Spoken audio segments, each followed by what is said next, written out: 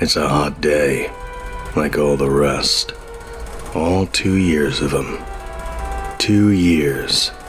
And the motion picture epic that turned into just another come on isn't even a memory. Yeah, I'm sure I've seen one of your flicks. You're big at the stag parties. What's your name again? Paige. Karen Page. Like all the rest. Except this one has a special glow to it. It's not every day you sell your soul. That's no way to think. Grow up. It's the 80s. You do what you have to. And you have to do it. Look, this is worth something. Take it to the States and you'll get $1 million for it. Girl will say lots when she's hungry. Things I hear. Want a shot? No, didn't think so. Not a shot of booze, anyway. Daredevil, okay? I said it. I said the name. And he's got another name, and it's written down right here. You want it or not? 6 weeks later, all just as hot. East Coast connection's done right by you, Tonio. Just look at all this. Not like the old days. Old days we had time on our hands, Raldo. Right now I got 5 minutes. Your time's worth plenty, Tonio. And what I got's worth plenty of plenty. Daredevil's secret identity. That's worth your life, Raldo? Oh no, this is good, man. And very soon, at a much cooler place. Good, gentlemen, but not good enough. We must expand more quickly into legitimate enterprises. They are to become the backbone of our organization. You are dismissed. Excuse me, sir. There isn't a man on deck who doesn't jump when Stilson speaks up. Well, there's one. But nobody's sure if the word man quite covers him. Sir, it's from Mexico. Might not be anything. Calling him the Kingpin. That covers him. Well as any word can. Saying he's the boss of everything bad that makes money in what must be most of the free world. My cousin down there, Tonio, I wouldn't bring it up, but you said to keep the lines out for this. Local pusher down there says he met Daredevil's old lady. His old lady, I mean. Says for her armful she sold his name. His real name, I mean. I know what you mean. Give it to me. Nobody needs to be told. They all leave, fast as they can without looking like wimps. Except for Wesley, of course. Wesley. He always sticks around for any last-minute orders. Which is why everybody's so nice to Wesley. Turn the yacht back to New York. Locate everyone who has touched this envelope, or spoken to anyone who has, and await the kill order. In the meantime, I shall test this information. 6 months pass. Winter hits Manhattan like an unwanted relative. Drops in with no warning and seems to stay forever. It spreads a thick white blanket that makes the city look clean for a few hours, until the snow gets stepped on and driven over and made gritty and dirty gray. Matt Murdock is blind, so he misses the prettiest morning of the year. All he gets is hissing pipes and an East Coast chill that goes straight for the bones. Matt Murdock is also Daredevil. That's why his life is about to fall apart. Daredevil. He rolls the name across the bruise that is his mind. Comforting, it isn't, but at least it's real. Every other part of him is so far away. I don't drink, he thinks. I didn't drink last night. This only feels like a hangover. Daredevil. A victim. That's what I am. That's what Daredevil is. A victim of radiation that gave me superhuman acuteness of 4 senses and plunged me into a world of eternal darkness. I didn't ask for it, but I became Daredevil. I fight crime. That much I've done right with my life. I listen to the muffled beeps and bleatings of a grouchy city gone grouchier. I shake one or two of the cobwebs from my brain. Why did I get up this morning? Don't have any appointments, don't even have a job. And I better lay off crime fighting until my knuckles heal. A tiny icy draft cuts across my lower calf, reminding me. Drafts from the mail chute. Heard the mail slip through and hit the floor. That's what woke me up. That's why I got out of bed. It's about time for the job offers to start coming in. I read the envelopes with my fingers. The embossed ones are easy, but going by the scant impression of the ink on the others is a pain this early in the day. Nothing with the masthead of a law firm. Word must not have gotten out that the hottest attorney since F. Lee Bailey was up for grabs. Amazing how long it can take for the news to circulate when you want it to. No offers. 3 bills. Something from the March of Dimes. The plastic rectangle of a cassette tape from my girlfriend. That can't be good, since she lives in town. Letter from my bank, saying they haven't received my last 2 mortgage payments. I'll trust them to screw up every chance they get. And a notice from Internal Revenue that my tax files are being audited and that every penny I have is frozen until the audit is complete. All this before coffee.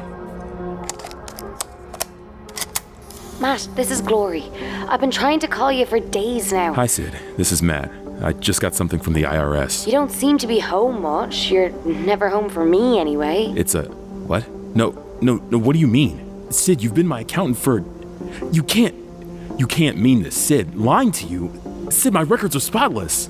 This may not be the best way to say this to you, Matt, and I know this is already a bad time for you. Hello? But I'm out of patience, Matt. The way you treat me, I'm through with you. Maybe if you'd let me in on what's plaguing you, I'd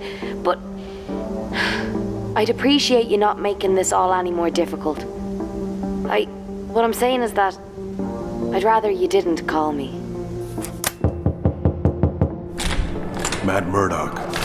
It's a subpoena, demanding my presence at a grand jury hearing, and not as a witness. 1 hour later, uptown. You're a disease, Matthew. I'm risking my standing just by talking to you. If the charges had been made by any other cop, any other Matthew, Nicholas Manolus, 20 years of impeccable performance. I know his record. Far be it from me to judge you, but this is a sworn statement from Lieutenant Manolus. He says he saw you pay a witness to perjure himself in the Hendricks case. I can't believe Nick Manolus would do this. Not for anything. We never had this conversation, Matthew. And whatever you do, don't harass Manolus. Wouldn't be good form. Have a nice day. Don't push it. Night falls too quickly. Snow's got the traffic all snarled. Got here as fast as I could. You know, you shouldn't leave your door unlocked like this, Glori. It's not... Glori! Oh no. Took everything, Foggy. Came home and they'd taken everything. What kind of people would do this? Hateful city, hateful. Scares me worse than Belfast, bombs and all. They ruined my pictures, Foggy. What kind of people? You're safe, Glori. That's what counts. Come on, I'll fix you a cup of coffee. No, not here. With everything broken and skewed around. I can't stay here tonight. My name is Ben Urich. I'm a reporter. I'm working the night shift at a great metropolitan newspaper when a piece of dynamite is dropped on my desk. It's not the kind that hisses. It just rattles in Robertson's hand. Check this one out for me, Ben. Sure. I got nothing but time. It's disguised as an Associated Press wire that says Matt Murdock faced a host of criminal charges, including bribery, perjury, and misconduct. Matt Murdock is the most honest man I know. Matt, Ben, I just heard I have no answer for the press, a stranger tells me. Matt, if it's off the record, you know you can trust me. A chuckle, like dry ice cracking. Matt, I'm your friend, remember? He laughs. The line goes dead. The laugh seems to echo through the office. I try to match it with the man who saved my life. I worry, not about his honesty. The bank insists I haven't paid them. They threaten to foreclose. I lose my temper and yell at them, and they hang up on me. I pull out my checkbook and run my fingers across the stubs. They're written with a ballpoint pen, leaves deep, easy-to-read grooves in the paper. I wrote the checks, all right, on time, like all my bills. But there's no sign of them in my monthly statements. The bank never cashed them. Maybe they were lost in the mail? With my money frozen by the IRS, how can I hate money. Outside, the snow has turned to sleet, trying to chip away at the walls around me. Something loose and wild flows through the city. I feel my pulse quicken like a jungle drum. It's the night.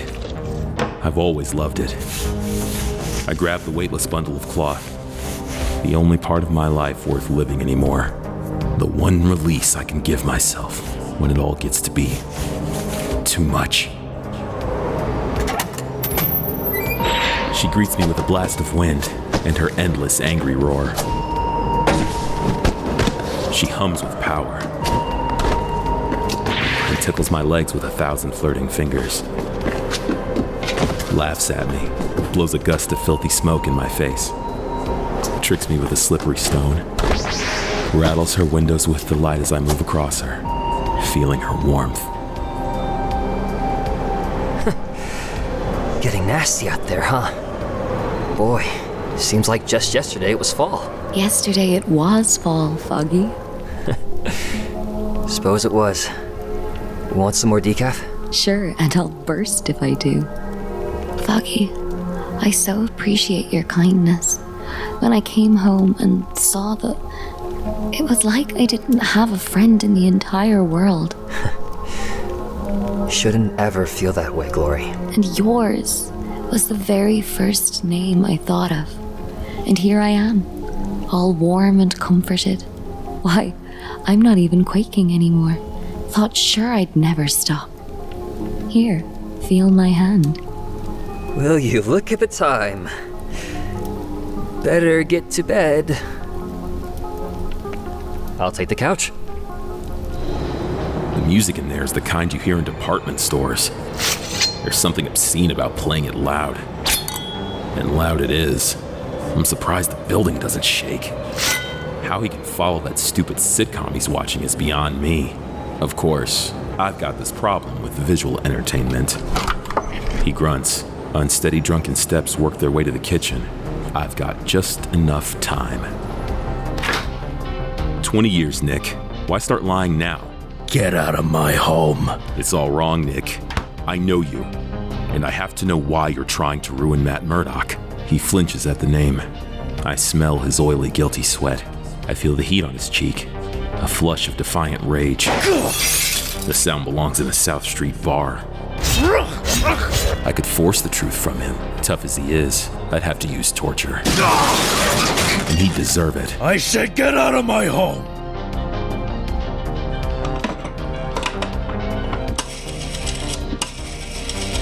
He showed up.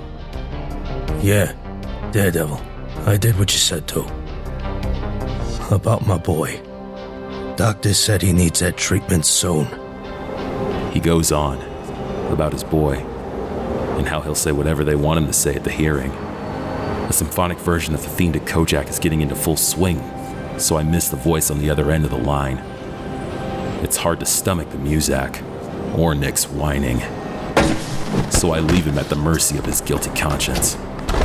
I've learned this much. Somebody is out to get Matt Murdock. Somebody who knows the right buttons to push with the right people. But who and why? I go home. More and more it feels like the only safe place. It isn't until I try to fix dinner that I realize the power's off. I try Con Edison's emergency number, and my phone's been disconnected. It's been a day. The first thing Foggy Nelson feels this morning is an irritating knot at the base of his skull. He forgets it as soon as he smells the frying bacon. And eggs. And pancakes. Foggy thinks he's died and gone to heaven. Must have. That's an angel. She glances at him. He feels her smile before he sees it. She doesn't say a word. Nelson Residence. Hello, Matt. No, you didn't misdial. I'll put him on. Matt, hi. Listen, the craziest thing happened last night. What? Hard to hear you, Matt. Where? A phone booth? At this hour? What? Did you say grand jury? No, I hadn't heard. Oh, golly. Oh, golly. The next few weeks go poorly for Matthew Murdock. He writhes like a fly in a spider's web. My web, thinks the Kingpin. So carefully woven, so neatly placed. His plant at the law library reports to the crime lord of Murdock's days spent working with his partner beyond all fatigue, striving to form a defense against the perfect frame. Photographs taken by telescope. For the man's defenses are yet unknown, provide a stop-motion study of Murdock's deterioration. Most delicious are the nights, as low-level stoolies, like distant nerve endings, tell of increasingly violent, increasingly aberrant assaults by a warrior whose fists are no help against the corrosive gas that fills his life. Assaults which climax in an enlightening episode. It happens in a waterfront saloon, one he frequents to pry information from the lowest echelon of my organization. One he enters now as an angry beggar, with no sense of caution or strategy. He is a lost man, thrashing. Matt Murdock! Who's gonna talk about Matt Murdock? No one tells him anything of value. No one could. But I. For I have kept my movements scattered among a dozen lieutenants, none of whom possess more than a single scrap of information. I have given the word, from Stilson to Karen Page, all who might know will die. Daredevil is Matthew Murdock, and more. There is a rift inside him, a wedge, steadily weakening his reason, steadily driving him insane. The hearing is made noteworthy by the performance of Franklin Nelson, whose eye for legal detail and imaginative use of precedent caused me to make a note to have him hired. Through it all, I am told Murdock is a ghost, a shell of a man, even as he hears the much-tempered verdict of the court that he will not face a prison sentence, as I had planned, that all he will lose is his license to practice law. Whatever reactions he has are hidden, even I suspect, from himself. He faces poverty and public shame. He will be hounded by Dr. Tax Files. Deprived of his very home, survival will become his only concern. Perhaps I will hire him, what is left of him, after a time, after he has learned how powerless he is. His talents would be valuable, and his honor will crush itself. His talent, yes. Any man so dedicated as to pretend to blindness in daily life has surely developed a range of methods and techniques that would be an asset to my enterprises. An efficacious opponent. Still, he intrigues me. Still, I am not satisfied. I should not tamper with this. I am well positioned. I should leave him to the misery that awaits him. I must deny myself the exquisite pleasure of a killing stroke. Court dismissed.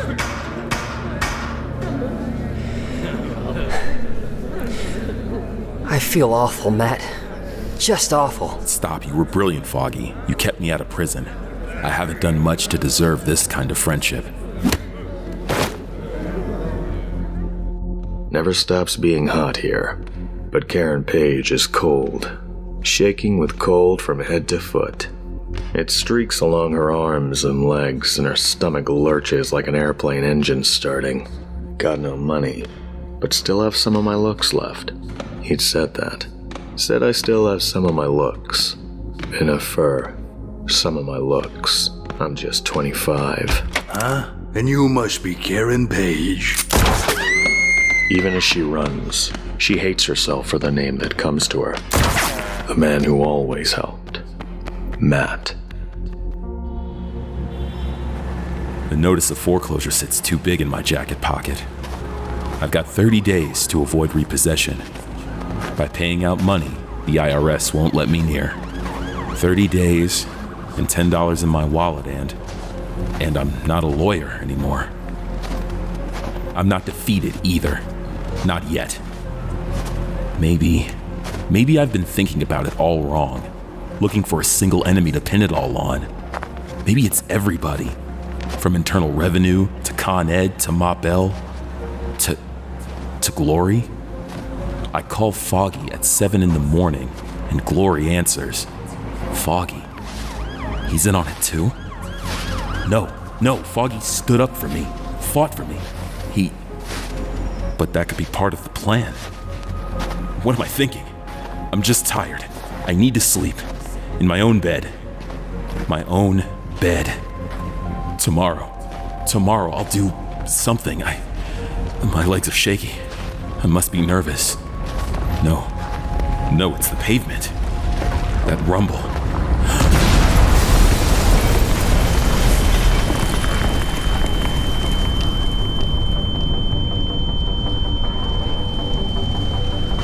I hear a baby crying. No, not a baby. Sirens. Fire trucks. Guess I've been standing here for a while. Firemen take forever to show up. Traffic gets in their way. Dust. The dust is thick. I could choke on it. There's nothing left. So you know. So that's why. I never would have connected it to you. Nothing about it said gangster until this. It was a nice piece of work, Kingpin. You shouldn't have signed it.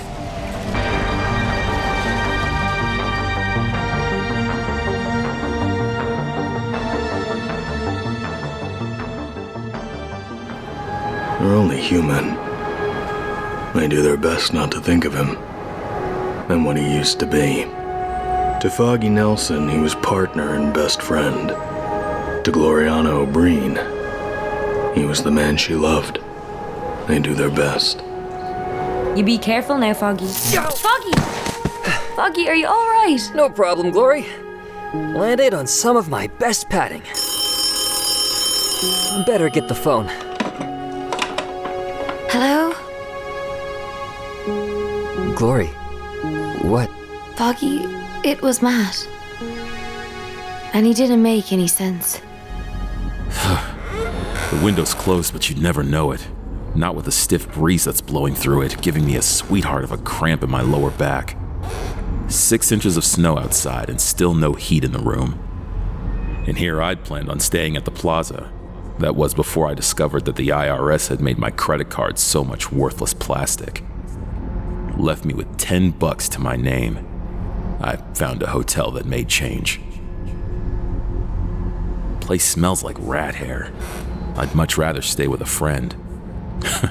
Show me one and I'll stay with him. Show me one single person in the world who hasn't betrayed me. Just a few days ago, I was a pillar of my community, a respected figure in my profession. Not to mention my sideline of being a superhero. Now I'm just a blind man. A blind man who's lost his job, his livelihood, his home, his girl, who fate gave the ability to hear and smell and touch better than anybody in the world can. Which is a great way to catch all the misery of being alive. Just a few days ago. No, I should have seen all this coming. It started months ago. Things going wrong for me. Just little things at first. The kind you try not to notice. The kind that add up until you want to. For the longest time, I chalked it up to unpleasant circumstance. I'm just that kind of guy. It took a lot to convince me what was really going on. Fact is, the first time I had thought it sounded, well, it didn't make any sense. But the evidence kept piling up. The phone company, the power company, Internal Revenue, the grand jury, my best friend, my lover. The list goes on. All of them working together. All of them out to get me. No, that's not... I must be going crazy. It's the Kingpin. The Kingpin, yes. He's the only real enemy I have. I've caused him a lot of trouble fighting crime. Since that's his business, it follows that I'd cause him trouble. It makes sense that I'd cause him trouble. It's the Kingpin. Somehow he found out that I'm Daredevil. He bribed and threatened everybody it took to destroy me. I've given this a lot of thought. That's why I haven't left this room. To think and put together a plan and get enough sleep. I seem to need so much sleep. But it's all worked out now. I've got my strategy. I'm going to go to the Kingpin, and I'm going to kill him. No, I won't kill him. I don't do that. I'll just beat him until he promises to give me my life back. I'll get up right this minute and walk to the door and leave this room and... I'm tired. He is the Lord of Crime. He has gathered the warring gangs of the city, organized them into an army. No, a business. So efficient and so profitable that the city's economy depends on the thieves, extortionists, and murderers at his command. He is the Kingpin, and Matthew Murdock has become the light of his days. As Daredevil, Murdock has cost him little, but hounded him, annoyed him, as a fly would. Now, with all the joy of a malicious child, the Kingpin tortures the fly. It began with the revelation of Daredevil's weak side, his secret identity. With a few brief phone calls, the Kingpin shattered Murdock's life, beyond all hope of reconstruction. That would have been the end of it, were it not for the sweet discovery that Matthew Murdock is a man on the edge, that even before his ruin, he was nearly mad. Were Murdock tied to a rack, slowly torn limb from limb, begging for mercy, the spectacle could be no more pleasurable to behold. The Kingpin looks at his city and thinks how wonderful it is to be alive. 2 blocks away, some idiot is playing a radio. The big kind. It's stuck between stations, but that doesn't stop the idiot from playing it loud. It's spitting out half words that make no sense, and static that makes anyone in earshot feel like a Rice Krispie. And I'm always in earshot. Always. That car alarm won't ease up either. Doesn't care how tired I am.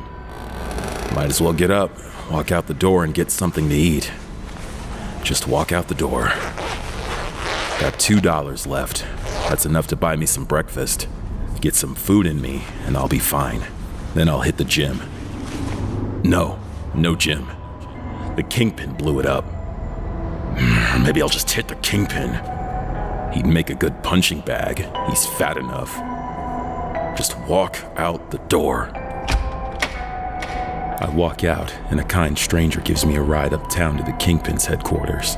And I punch the Kingpin out, and he begs for mercy, and gives me my life back, and surrenders to the police, and everybody knows it's me who beat him, and there's a parade, and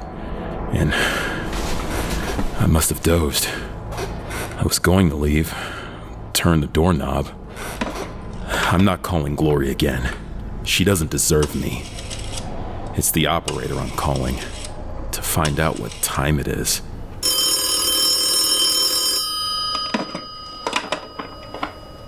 No, Matt, please don't say such things. Let me speak to him, Glori. Matt, this is Foggy. He hung up. What the devil is wrong with him? Oh, No, Foggy. I'm so... I'm onto you, Nelson. Then it happens. Footsteps in the hallway. Coming this way. Coming closer. Closer. Breathing through his mouth like fat people do. Wheezing. Grunting. Stopping. Stopping right outside my door. Right outside my door. Muttered curse. Keys jangling. Lock turning. Checkout was at noon, bum. So give me $8 or you're out on your ass. He's good. Sounds and smells just like the kind of phlegmy cigar-smoking pig who'd run a dive like this. Dribbles spit on my hand and goes limp. It's a good feint. I let him get away with it. No point in questioning him. I know who sent him. And I'm coming for you, Kingpin. It is indeed behavior of a least normal sort that I observe while pursuing Matt Murdock, as per your advisement, Kingpin.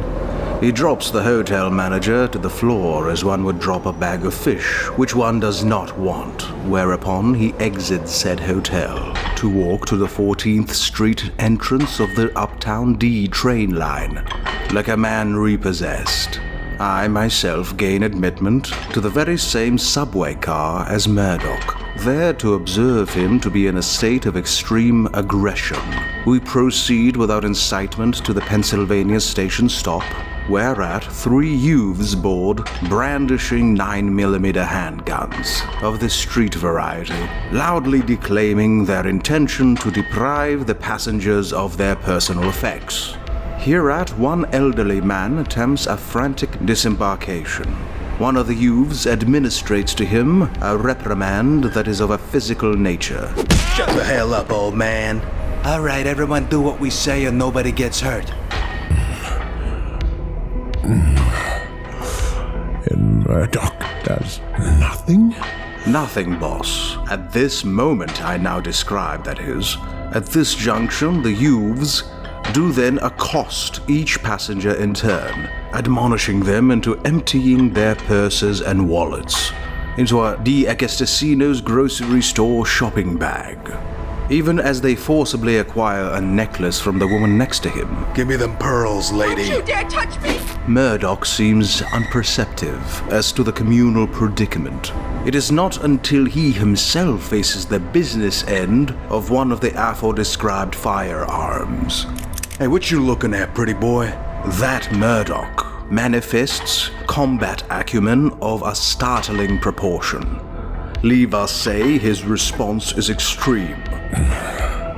Every detail. His first move, unfortuitously, unable to perceive, unable to reticulate, as I myself am momentarily distracted. Suffice to say, the youth suffers damage of a structural nature to his wrist, then to his ribs, and to his jaw, which makes with a noise not unlike that of a Coke bottle bursting.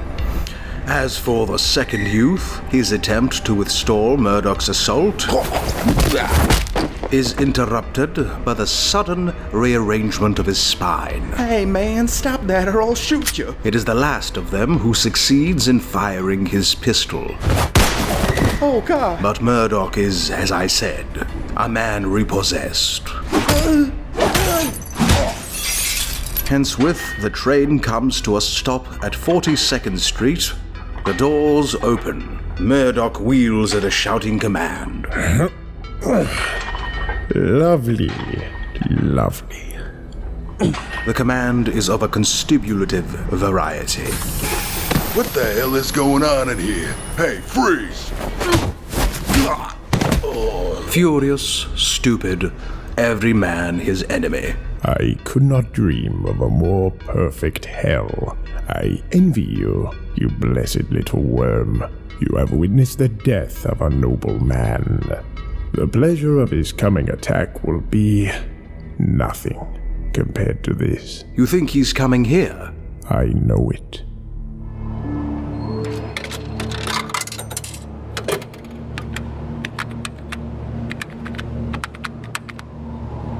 Foggy, it's Matt. No, please, don't hang up. I need your help.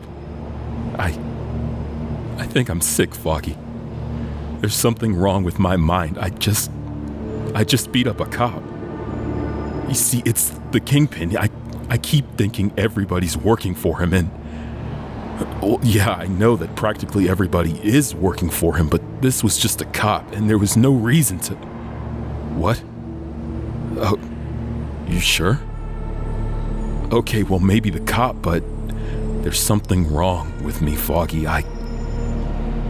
But if I go there, I'll try to kill the Kingpin. But I... Okay, buddy. I'll give it my best shot. At the tone, the rise in time will be 10:32. Exactly. So hot. It's always so hot here. No wonder they take siestas. Makes it so hard to keep running, and now she can barely catch her breath. Can barely talk to tell the American operator the number she wants. The number she needs. She remembers the number. She'd never forget it. And now the line goes dead as the operator calls it. And she remembers the man, Matt, the man she loved once, the man she betrayed, the man who can save her life. But now the operator is saying the number has been disconnected. But she knows she got it right and Matt would never move. He loves that house. And she makes the operator check for her and there's no listing. And she sees them and Karen Page knows she has to run again.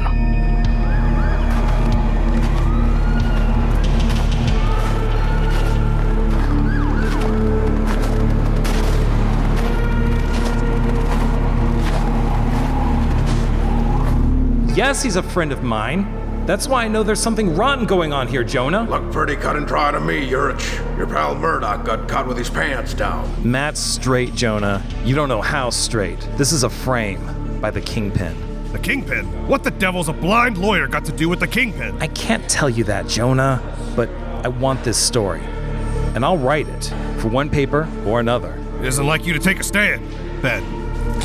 Come right in, Mr. Murdock. Mr. Fisk is expecting you. Sure, and this is worse than when he does call. Perhaps you could try that hotline again, Foggy. No point, Glori. That little creep will just try to analyze me again. When a bomb went off back in Ireland, it was like this. Waiting, not knowing. Can't bring myself to call the cops.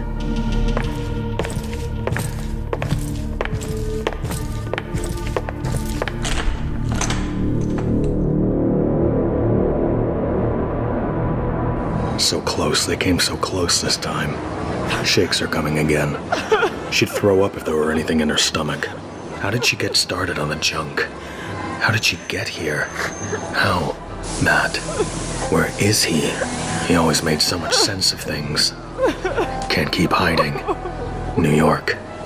That's where Matt is, phone or not. She has to get there. Any way she can.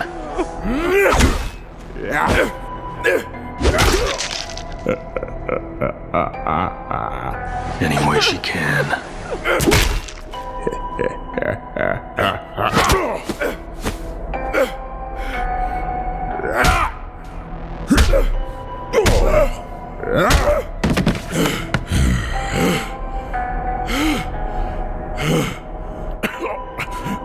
Never give up.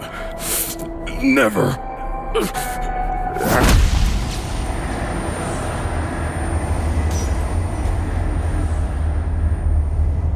It would be a joy to end it there. Something about the man brings to the Kingpin a bloodlust he has not felt since his youth. It takes an effort of will to restrain himself from tearing Murdock limb from limb. But the Kingpin is a careful man. There are details to consider. Murdock's death must be neither mysterious nor suspicious. There must be no room for questions. No cause for investigation. Unconscious but living, Murdock is placed in a stolen checker cab. The cab is driven off Pier 41 into the East River. Its safety belt and doors are corroded shut by a chemical process that is identical to rust. Murdock is drenched in whiskey. A bottle, open, is laid in his lap. The owner of the cab is beaten to death by Murdock's stolen billy club. Days pass into weeks. Still, Murdock is never far from the crime lord's thoughts. He imagines one last terrible moment of realization, of Murdock thrashing wildly, desperately, hatefully, screaming soundlessly into the poisoned water. The Kingpin shudders at the thought, in pleasure. The world seems flooded with sunlight. Daily business becomes a joyous, childlike game. He has disgraced, destroyed, and murdered the only good man he has ever known. This is his triumph of the spirit. At last, the cab is discovered. There is blood, and bloody evidence of a struggle. There is a shattered windshield, a safety belt, severed by the windshield's glass in what must have been a hideous effort of will. There is no corpse. There is no corpse. There is no corpse.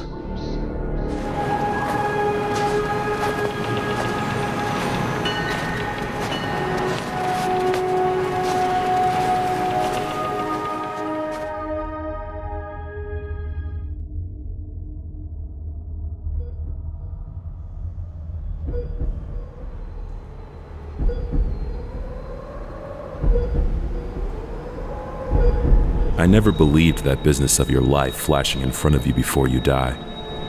Never thought there could be enough time. There's too much to life.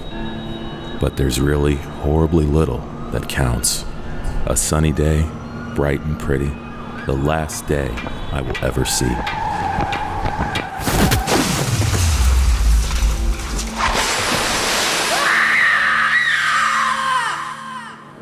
Bravest thing I ever saw. But his face, his eyes, that thing that fell from the truck. Look at his face. Is it radioactive? Yes. Yes, it courses through my blood. It changes me. My blood, it burns. It spurts from a heart that's pounding so loudly it's trying to burst from my chest. My blood, it gushes through high-powered hoses and slams against the base of my skull. Everything hurts. I don't know where I am. Sandpaper scrapes my skin every time I move. No, not sandpaper. Sheets. Starched sheets. I'm in a bed somewhere. And the smells. Chemical smells. Disinfectants. A hospital. I'm in a hospital. The door swings open on screaming hinges. People come and go, smelling like bathtubs full of sweat. Smelling like half-eaten food, like Italian sauces and half-digested eggs. They stab me with long, sharp needles. They fill me with drugs. But the drugs don't fool me. I know they cut my face. I can feel it, you idiots. Can't you see there's nothing you can do to stop me from feeling it? Everything hurts. You can only stand so much. I writhe and scream. But even my own scream is too loud, so I have to stop. And all I want is to die. But I don't die, so I have to make do. After a time, I somehow shut out just enough. After a time, it's only agony. Then past the fumes of whatever it is they used to clean the floor comes a wave of whiskey. A megaphone voice. Son, can you hear me? Hear you? What do you expect? You're shouting. The doctors, they say you'll be fine, son. Like all the rest. Breathes like he's 100 feet tall. You're a hero, boy. So big. It's like I'm in him. It's... Just rest now. Is that my father? Dad's anxiety paints the world red. He finally leaves and it's another night of terror and the endless coughing of someone down the hall.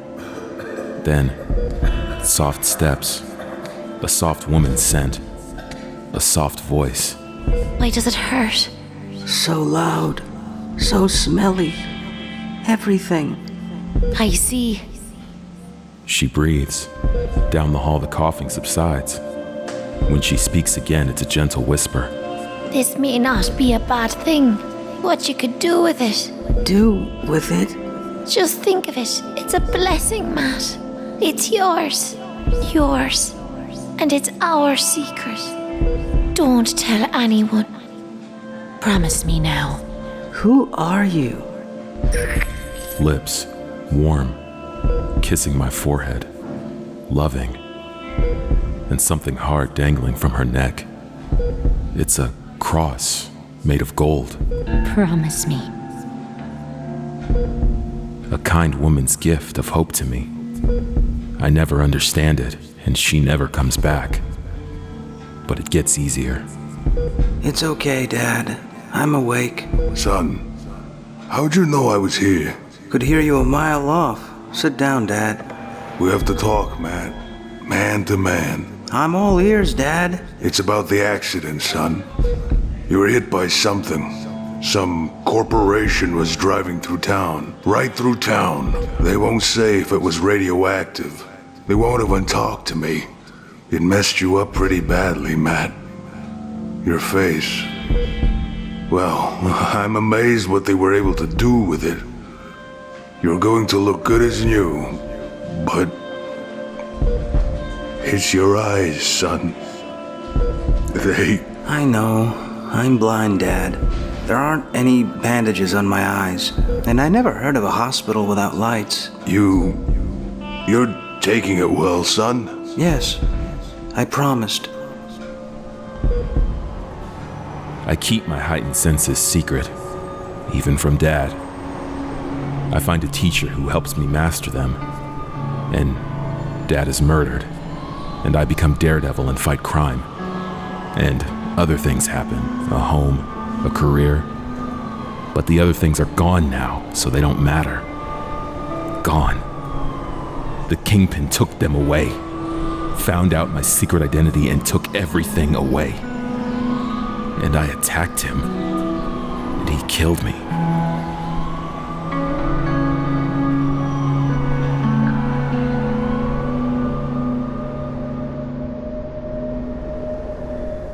Uptown, where people with money spend it. I was sure I'd get all the shopping done early this year. You've been busy, Foggy. What with all those job offers to source through? No kidding. Like somebody dropped them down my chimney. That's a joke, Glori.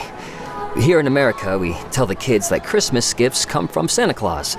He's this big fat guy who rides a sleigh. Even in Ireland, we've heard of Santa Claus, Foggy. Suppose you have. Let's see. Took care of Mom and Dad and Cindy and Becky. Yoink! No! No, you won't! Let go of me. Glori! Glori! Get off me, you crazy bitch! And Pork Chop, my old bowling partner. Crazy, I'll kill you. Got Pork Chop a gift too. Stop him! This. Oh, what's the use? Horrible city, horrible. And will you look at these people? They don't care a bit. Do you? Do you care a bit? Come on, Glori. Let's go find a place to dry off. No, I'm not dead. Not yet. Not as long as I keep moving.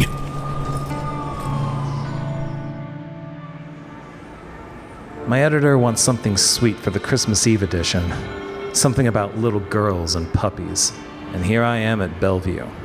Forget what you've heard about Bellevue. It's not a mental institution. It's a hospital.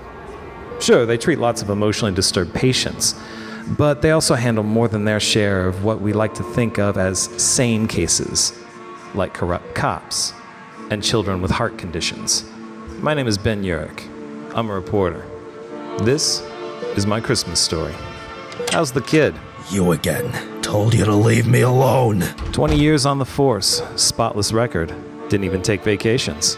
How's the kid? Just get out of here, Urich. Got nothing to say to you. Nobody's heard from Matt Murdock in days.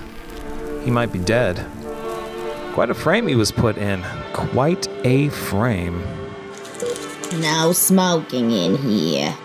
You lied about Murdock. You testified against him and got him disbarred and hunted by the law. All this you did for the Kingpin, the top criminal in this town. You're not the first cop to go bad, Manolus.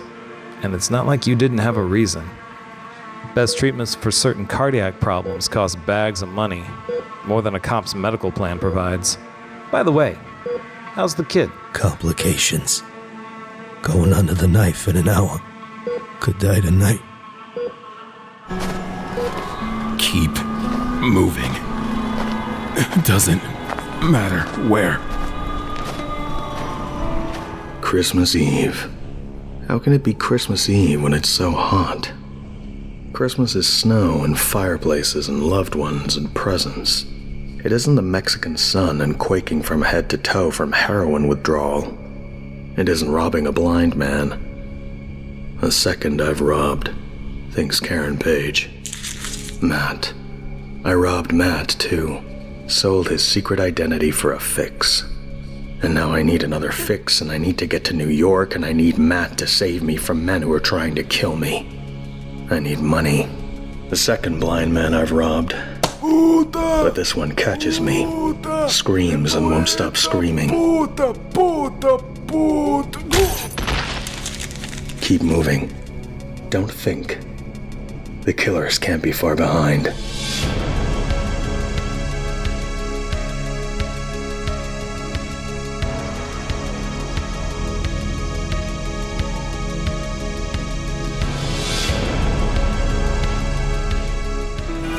Watch it. Out of the way, you lunatic. You gotta get yourself killed. Deserves to get hit. Oh, man. It looks bad. Just keep driving, man. Who needs the grief? Keep moving.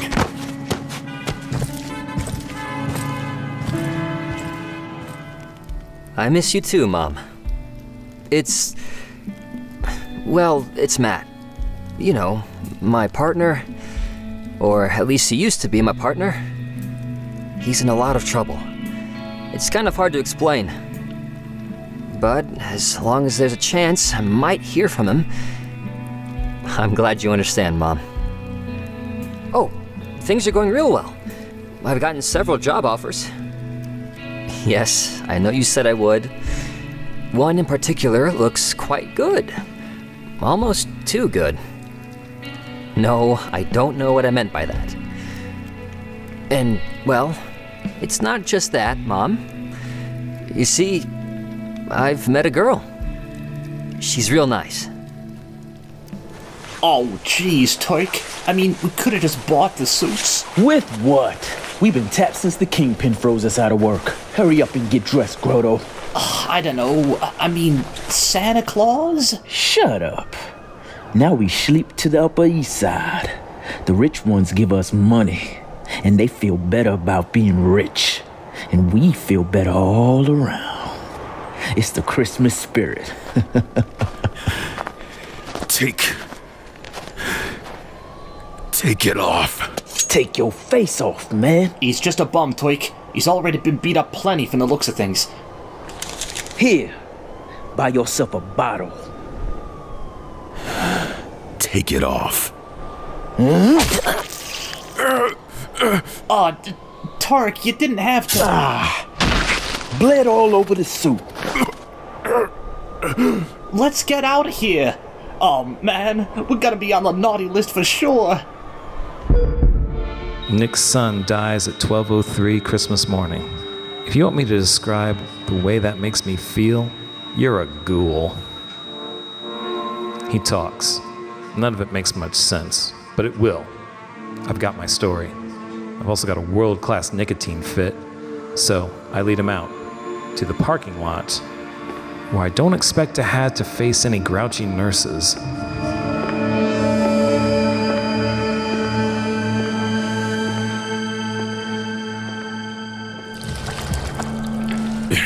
It's not just the knife wound. It's that rib of mine that popped like a wishbone when the Kingpin slugged me. It had the decency to stay where it belongs, until that car hit me. Now it's all loose and jagged, and every time I move it cuts and gouges. I keep walking. Just because it's hard to.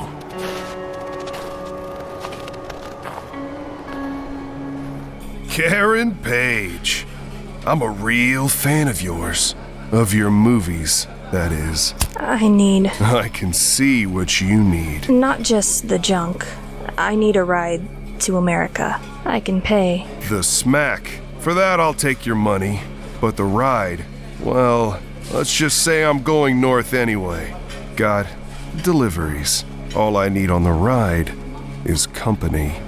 Like I said, I'm a real fan. Whatever it takes. Excuse me, please. The senorita comes with us. You better be worth this. Bleeding, inside and out. That rib won't stop. I can feel it. Can feel it all. Hell's Kitchen. Smells like Hell's Kitchen. Why did I come here? Worst neighborhood in Manhattan. Good place to get killed. I was born here. Right down this street. My father's home. My home. The only home I have left. Oh, Foggy, you shouldn't. You really shouldn't have. Oh, Foggy, it's so beautiful. Sure, and it cost you a fortune.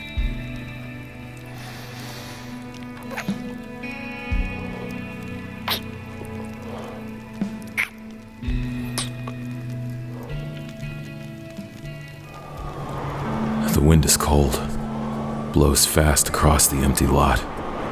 When did they tear my home down? Father, they tore it down. They tore it down. Father, the gym. The gym. It'll still be where it was. It has to be. The cigarette tastes awful. It's like that sometimes. Guess it was the Kingpin that made the frame. Didn't know the guy I spoke to. Sold out.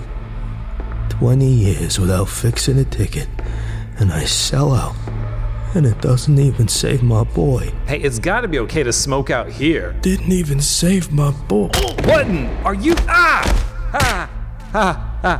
Mr. Urich, you are causing my employer some discomfort, and so my employer has asked me to make clear to you his position.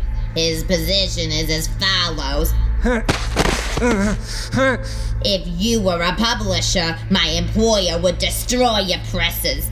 Since you are merely a typist, and it would not be persuasive to destroy a typewriter, my employer has asked me to make it plain to you that every time you speak the name Matthew Murdock, you shall lose the use of your fingers.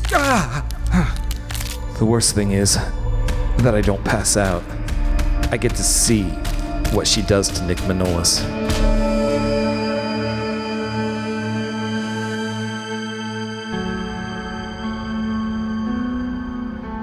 It's still here. It still holds the smells. All the smells of all the years. The sweat. My sweat, Father. And yours.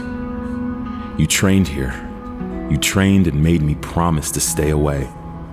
So I lied to you and promised. And came here anyway. I became a fighter just like you. Endless stolen hours on the ropes, at the bag. At the bag. On my mother's grave, you made me promise. The only joy I had, I could never share it. Now every other part of me is dead. Only the fighter lives. Only the fighter.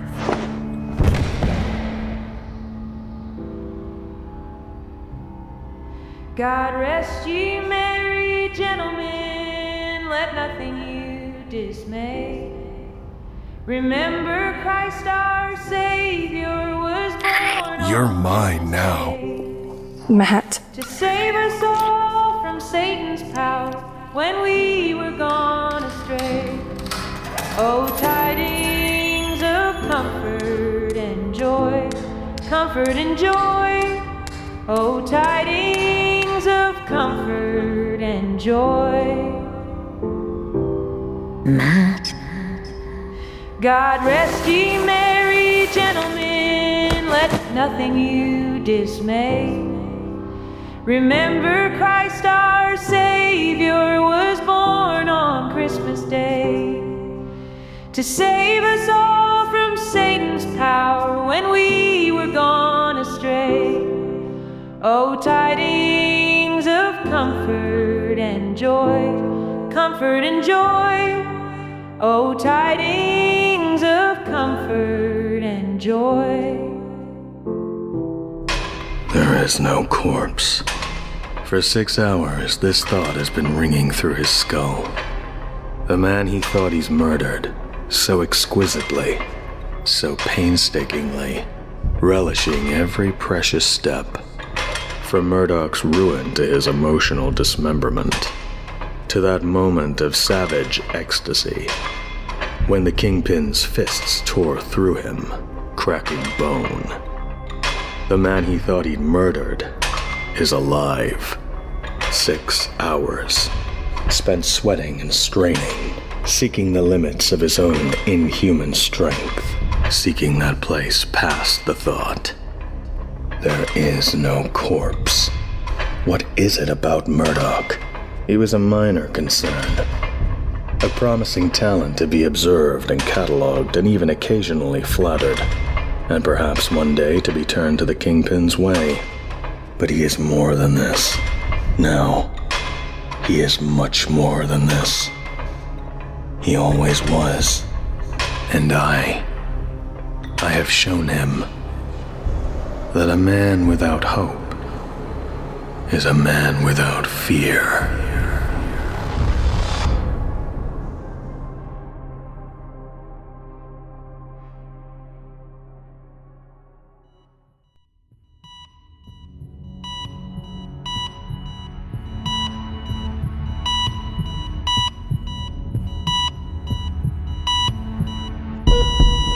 No heartbeat. He is gone. No, he can't die. I had an awful dream. Everybody hated me. Everybody took everything away from me. No. The Kingpin. He's the only one. The Kingpin of crime. He found out my secret identity. And it wasn't a dream. Then Santa Claus stabbed me with a knife and... No, it was Turk. Small-time hood. He was just dressed like Santa. Small-time hood who works for the Kingpin. Not a dream. He's alive. Praise God, he's alive.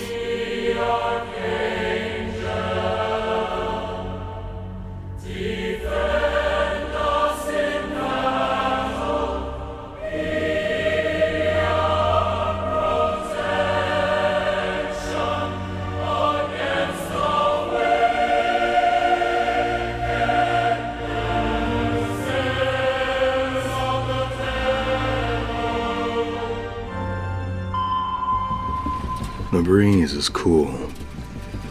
She's in America. Karen Page allows herself to hope again. Not too often she whispers the name, quietly, facing away from her companion. The name that means hope. Matt. Matt. She betrayed him, sold his deepest secret for a fix. Told a man that Matt is Daredevil. And the man told other men. And the other men are trying to kill Karen Page. But she'll make it to New York. She'll find Matt before the killers find her. Matt will save her. He has to. Too often, he thinks the name Murdock. He is the Kingpin. He is the Lord of Crime. He destroyed Matt Murdock, robbed him of his career, his home, of everything that constituted his life. But Murdock is alive. Somewhere, Murdock is alive. Took the job. Knew you would. Funny, my hand shook when I signed. Guess it was the salary. Honestly, Glori, I didn't believe they'd pay me so much until I saw it written down. Sure, and you deserve it, Foggy. It's twice what Matt and me ever made together. Matt, how long's he been missing now? 11 days and 6 hours. I don't even think of his name. He doesn't exist. They convinced me of that. I went looking for him, talked to a crooked cop who helped frame him. They sicked a nurse the size of your average truck on us. She broke most of the bones in the cop's body. Me, she went light on, settled for breaking my fingers. All right, come on, mister. My name is Ben Urich. I'm a reporter. I don't even think of his name. When I was a whole lot younger, I was struck across the eyes and blinded by a piece of radioactive garbage. Don't ask me to explain why, but I can smell and hear and taste better than anybody. That's all there is to learn about Matt Murdock. Everything else in my life is gone, except the lesson I learned from my father. Never give up. Never. For most people, New York is the Empire State Building and the Statue of Liberty. For Karen Page, it's Penn Station, where she first stepped off the train from New England. That must be why she asked Paolo to drop her off here. She'd paid her way, exactly the way he wanted her to. She owes him nothing. She wants to get rid of him. Sure, he's got the junk, as much as she wants. But there's only one man she wants to be with now. She'll even quit the junk, she swears she will. So she says goodbye to Paolo with a kiss as final payment. It's the long kind of kiss. The kind she learned making movies for people like Paolo. She's a pro about it. It isn't enough for him. Locate Nuke Wesley. Nuke? Boss, you are not serious. Please tell me you are not serious. Nobody's ever used him on a domestic job. He's great. I did not invite debate! Yes, sir.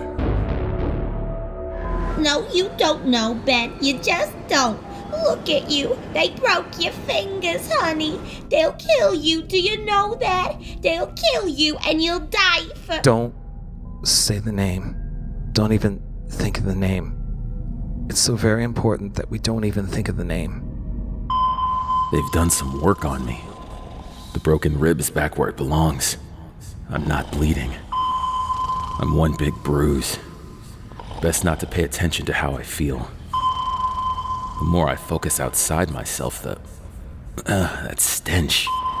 Even his sweat smells like cheap wine. I can taste the hangover with him. Can't stand it. Move further out. Sounds are muffled by the snow. The gulls, they only sound like that in the morning, complaining. Like the whole city's complaining. I'm still in Manhattan. Narrow it down. Even past Brother Gallo next to me, I can smell the neighborhood, rats and concrete dust. Hell's Kitchen. I grew up here. But what kind of place am I in?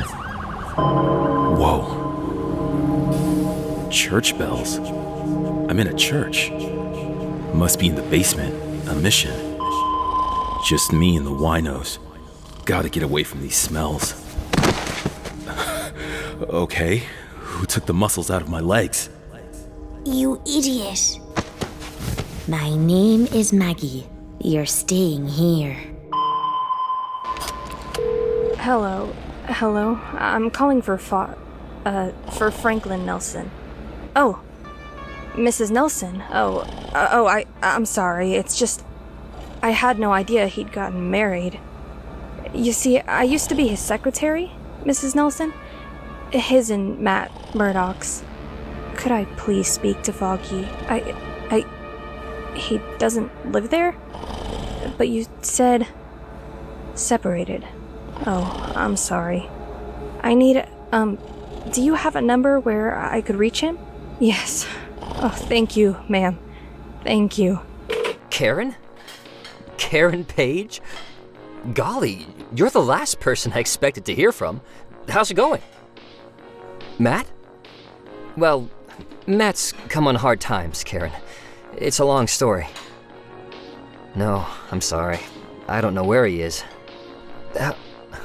Love to see you, Karen. How long are you in town? You mean right now? Gee, Karen, I'm kind of tied up. Well, sure, if it's important. Where? Boy, that's a rough part of town. Are you sure? Sure, Karen. For old times, like you say. Old times. Jeez, it wasn't so long ago. I've seen this happen plenty of times, Ben. It never fails to make me sick. Reporter gets his blood up for a story, threatens to quit if I don't let him go for it, then suddenly loses all interest. By the way, how's the hand? Listen, Urich, there are things you just don't let happen in this racket. Number one is you never get scared away from a story. Not while you've got the most powerful weapon in the world on your side. This is 5 million readers worth of power. It can depose mayors, it can destroy presidents. And it's been due to get aimed at the Kingpin for years now. But it needs you to do it. You're lucky I don't fire you. Get out of my office. That's a good boy, Urich. You stay a good boy. You remember the Kingpin's watching. You remember you got 5 more fingers. She's with me when the fever hits. I'm boiling alive, but for the cool, soft cloth hanging from her neck. It's a cross made of gold. Running out on me? I'm just seeing a friend. You go see your friend. But you come back, or I'll find you, Karen Page.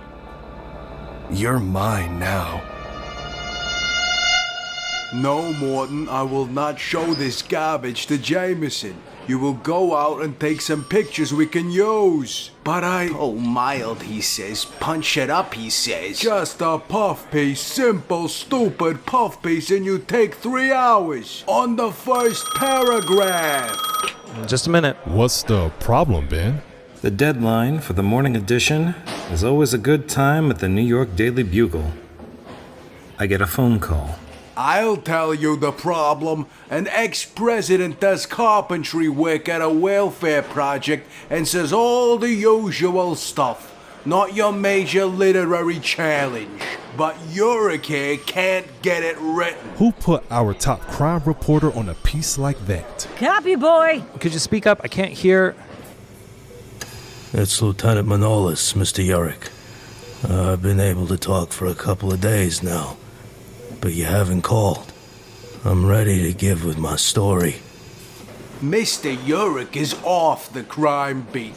Mr. Urich was kind enough to tell us this. Mr. Urich requested a puff piece. I gave Mr. Urich a puff piece. Mr. Urich has taken 3 hours on the first guy. I think you better get off the phone, Ben. Where's that Copyboy? I'm sorry, Lieutenant. I'm busy. I don't think you heard me, Mr. Urich. I want to tell you how I helped the Kingpin frame Matt Murdock. So now he's deaf. Aces. We're 3 minutes from a 6-inch blank space on page 5, and Mr. Urich goes deaf. Jameson's gonna fry my ass. Settle down, Lichtenstein. You had better get off that phone, Ben. Copyboy die or what? I don't know anybody by that name, Lieutenant. Oh, I get it. Oh no. Urich's been useless lately, do you know that? His last piece wouldn't have made the quarter. Finch had to rewrite it from scratch. But at least there were words on the paper. Get off the phone, Ben. You're dead, Copyboy. Lieutenant? My employer would like you to hear this, Mr. Urich. 2 minutes, 2 minutes. I'm dead, I'm cold, I'm buried. Out of here, Morton. We got a newspaper to put out. $100 and I can make my rent. Finch? Where's Finch? Dad. Go home, Morton. $50, come on. Monday you'll have shots you'll want to frame. Finch, I need this in 2 minutes. Hostage stories breaking wide open, Robbie. Got quotes from the terrorists that will set page 1 on fire. We'll scoop the Post. Give it to Jansen, please.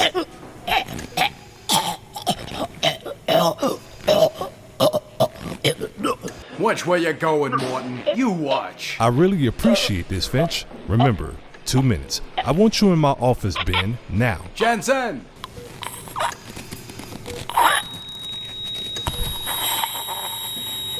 I thank you for listening, Mr. Urich. When I first got my powers, I lived through a night of utter agony. My senses were wild, everything hurt me. Every sound and smell. A woman came to me with words of hope. She never told me who she was. She wore a gold cross. I touched it. My fingers never forgot it. It's this cross. This cross. Who could love me so much and stay away so long? Who are you, Maggie? Still the fever climbs, sister. It'll break. It will. Wow. You look good, Karen. How are things? I mean... Nuke is in Nicaragua. It has taken days to find the sound. Days of reaching further and further out to the branches of the organization. The legitimate corporations. The military offices. Feeding the vices of respectable businessmen. Even a general. A general in my pocket. The thought dances briefly through the Kingpin's mind. That is a branch to be nurtured. It will take days more to enlist Nuke. The man's willfulness must be overcome, as must his self-deception of patriotism. These days must not be wasted. Murdock must be drawn out of hiding. Perhaps a threat to his loved ones. Too obvious. But to take that small shred of himself that he still owns, to flail him with it. The crime lord summons a man who specializes in psychotics and always offers an excellent selection. I swear it took forever. I've spoken with your doctor, Ben. He says that bandage was supposed to come off yesterday. I want you to take a few days off. This is the number of a psychiatrist. Forever. No, I mean it. You look great. Nick gurgled like a clogged drain. Somewhere in the middle of it, he caught a single, raspy breath. No smoking in the elevator, man. One breath, and it was so very desperate. Temperature must be around 103 now. That's what you get for swimming in the East River. Sleeping in the street. Pneumonia. Stupid way to die. Karen, what happened? I thought you'd never ask, Foggy. And finally, the rattle. It took forever too.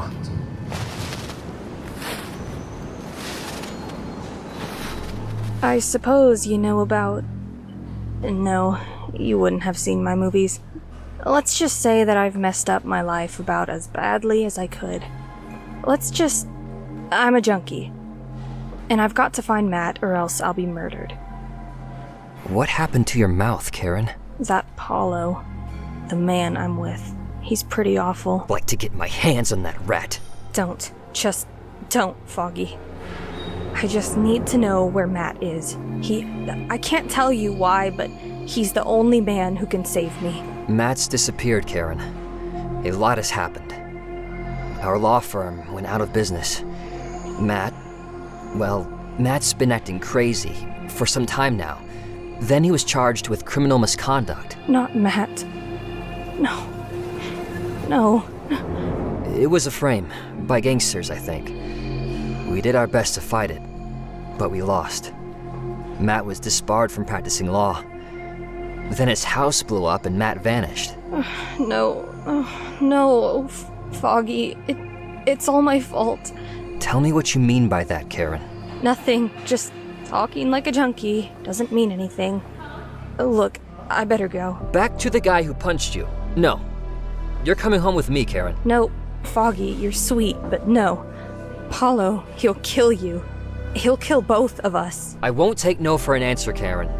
You and me, we're family. Matt's family.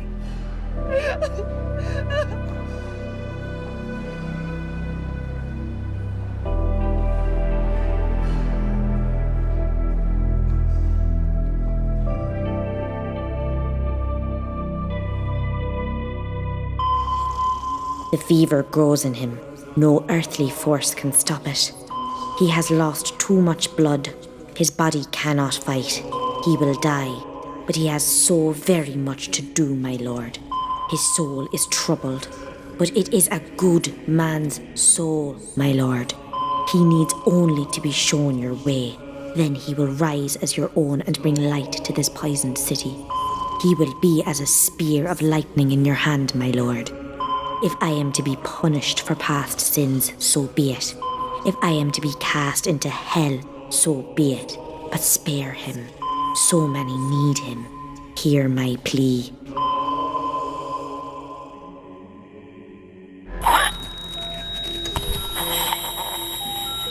I thank you for listening, Mr. Urich.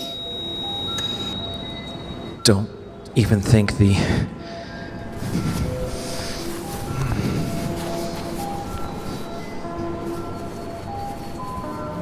Matt Murdock.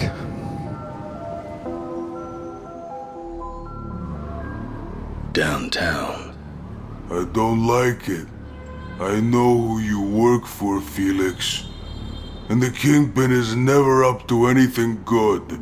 What is there not to like, Potter? You construct costumes. I am hereforth commissioning from yourself a costume. Said costume being one you are infinitely familiar with. During such time frame as before you did reincarnate your status as a prominent member of the criminal class to open this shop within which we now converse. Speaking of this most neatly custodiated establishment, we will summarily execute its permanent demolition. Not to mention the removement of your most valid body parts, should you perchance fail to render onto us a perfect duplicate of the uniform of a certain man without fear. A heartbeat can tell you a lot. Mine, for instance, has slowed down considerably in the past few hours, ever since the fever broke. It's a pleasure just to sit and listen to it. God has been merciful to that boy. God is just, sister. Maggie's heart is just to my right. It's in great shape. She's got a lot of years left. And the tension has gone out of her sweat. She carries the same scent she brought to my hospital room years ago. Are you hungry? Not yet, but I will be, thanks to you. It's a pleasant scent. So much like my own. Give your thanks to the Lord. Maggie, are you my mother? Of course not, child. A heartbeat can tell you a lot. Hers just jumped. She's lying.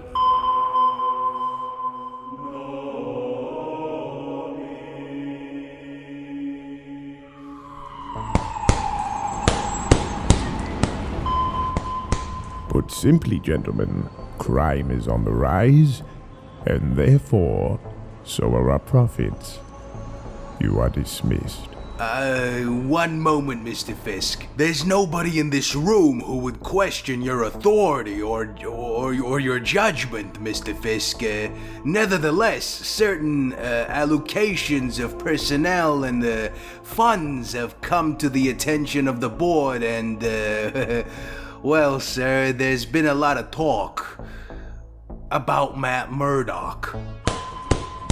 Now, an occasional vendetta brings a personal touch to business. It's good for building enthusiasm, but like I said, there's been a lot of talk. And, well, You know how important worker confidence is. We're just asking you to explain. Mr. Switzer, this is a check for the current market value of your shares in the conglomerate. Take it, or your family dies. You are all dismissed. Mr. Switzer has a weekend in Colorado planned. He skis. Compound fracture. Both legs.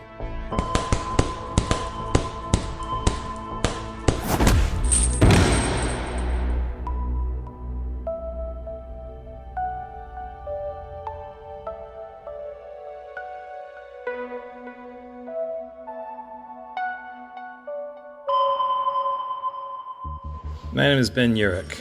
I'm a reporter. It took them 20 minutes to take down my statement on the murder of Police Lieutenant Mick Manolus. That was 3 hours ago. For the record, we were on recitation number 15 when my skull became a bowl of farina. Nick was going to confess that he helped the Kingpin frame Matt Murdock. The Kingpin had Nick killed to shut him up. I can't tell you why the Kingpin has it in for Murdock. I start thinking about Matt just to keep my brain busy. Matt. They'd put me in the drunk tank if I tried to tell them about you. About how you were struck across the eyes and blinded by a radioactive isotope. How your remaining senses were heightened. Suppose I told them, Matt, that you can tell if someone's lying by the sound of a heartbeat. That you can read a printed page by feeling the impressions of the ink with your fingertips. No, I don't tell them all that. But whatever I do say is enough to convince them to graft a 6-foot Swede to my hip. I wish I could tell you I feel safer with Officer Hedgerfors. It's not like having you along, Matt. Nothing is. Knowing you're alive, that would help. The Kingpin robbed you of your career, your home, everything you had. All this while you were teetering on the edge of a nervous breakdown. Nobody's seen you for weeks. Please to understand, Lois, all consumed are delighted with the epitude of your performance. In the Manolus affair, I myself did make the Kingpin aware of your aforementioned epitude. Be this as it might, you have killed a cop. And I did a fine job of it. For this, I'm relocated to Arizona. What, pray tell, am I to do with myself in Arizona? I assure you, this displacement is of a temporary nature. Urich's sudden acquisition of guts is cause for organization-wide concern. If Mr. Urich is the problem, let me relocate him. Not to be considered, Lois, as per direct command from the What is this? A hamburger. Not the worst thing on the menu, officer. You should try the meatballs. No wonder this joint is deserted. That's why I like it. Good place to get some writing done, once you get used to the smell. Look, I better call my wife. Tell her we've got company tonight. All I need is a couch, Mr. Urich. You don't know Doris. I don't care what the man said, Ben. He's our guest, and it won't take a minute to fix him a proper bed. Someone at the door, honey. See you soon. Hello? Mrs. Urich, it's your husband. It's very bad. 40 minutes on the subway. I blocked them out. Open up, doll. It's me. Probably got the washer running. Took months to convince her to keep the door locked. She's from Idaho. Tends to trust people. Even New York hasn't cured her of... What the fuck? Doris! Doris? Oh no. Doris? Oh no, baby. Oh no, honey. No. Knots too tight. Honey. Baby. Oh no.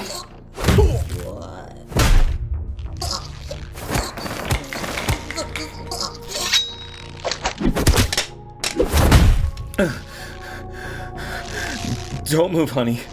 Don't move. Right in my own home. Right in my own home. I stand there for a full minute holding the razor with no idea how to use it before I notice the handcuffs and her broken jaw. It sinks in. Matt, you're alive.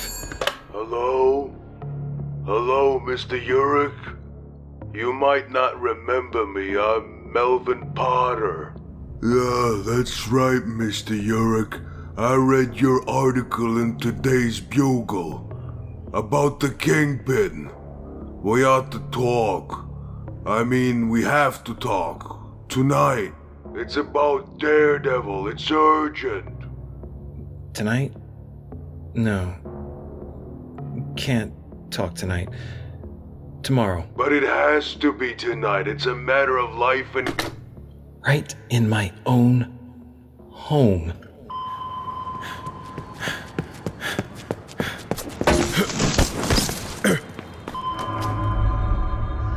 This one has a thing for families. I'm afraid I can't give you an exact body count. His lawyer got his record sealed, but it's respectable. Goes for knives mostly, but I'm sure he could be talked into using a club. I should warn you, he's unpredictable. He will do. Arrange for his release. Said they're gonna blow up the shop and kill me, Betsy. Unless I make this Daredevil costume. I know they're up to something rotten. They want it tonight. I don't know what to do. Terrible, that's how I feel. You know what Daredevil's done for me. I'd be in prison if not for him. But my shop... Betsy, please stop asking me how I feel. I don't need you as a therapist. I need to know what to do. No, skip all that. You just don't know what I should do. I don't know why I'm speaking with you. Goodbye, Betsy. Melvin, make the costume. No one will be hurt. Pleasure to hear your voice, Daredevil.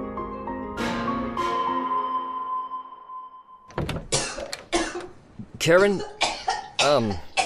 can I get you anything? Sick. She's so sick and it won't stop. Nothing in her stomach, but her body doesn't know that, and she's so sick. No, Foggy. I'm okay. Foggy. It seems so stupid with Foggy here.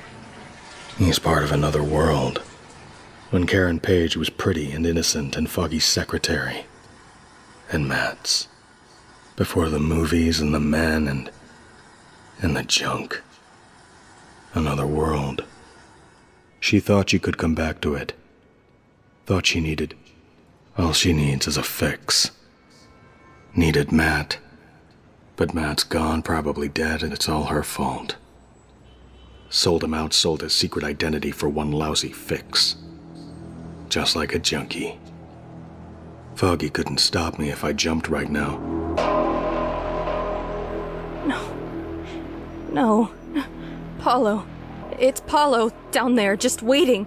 Must have been following me all along, all the way from this hotel. That the guy that beat you up? Where? Said he'd kill me if I ran out on him, and I did. He's crazy. He'll kill both of us. Devil he will. I'm calling the police. Mr. Potter did a commendable job on that costume. Were you of a verbal persuasion, I am certain that you would agree.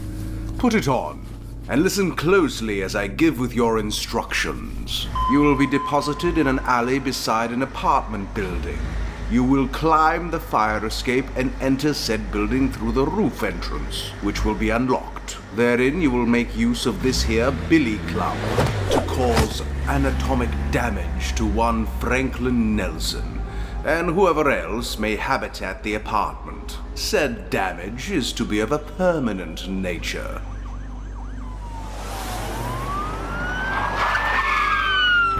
Hold it right there, you. Raise your hands. Sure, officer. No problem.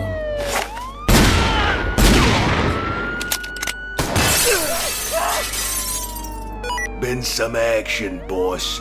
Freak with a shotgun, ace 2 cops. Page is still up there. Do we move in? Stay where you are.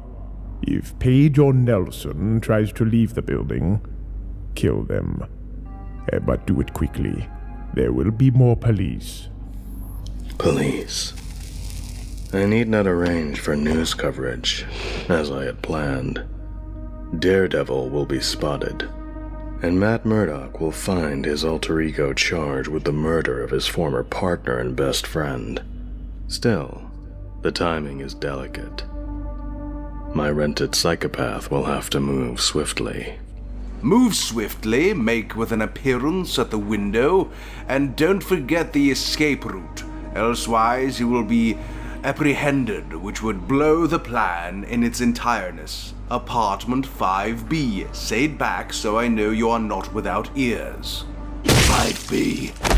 5B. 5B. 5B. 5B.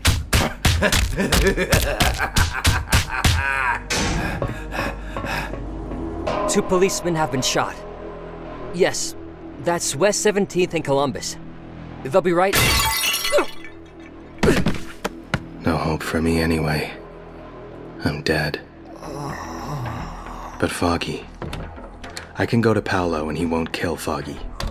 Do that much, right?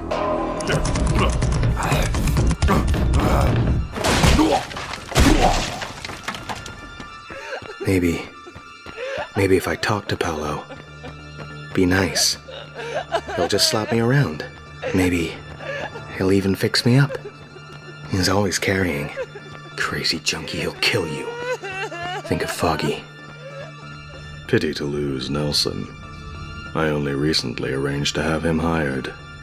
Small sacrifice. To draw Murdock out of hiding. To finally know where he is. Page just hit the street, boss. We're moving in. Karen, baby. Paulo, we gotta talk. Sure, baby. Let's talk. Both? Course. What? Come on! 5B. 5B. 5B. 5B.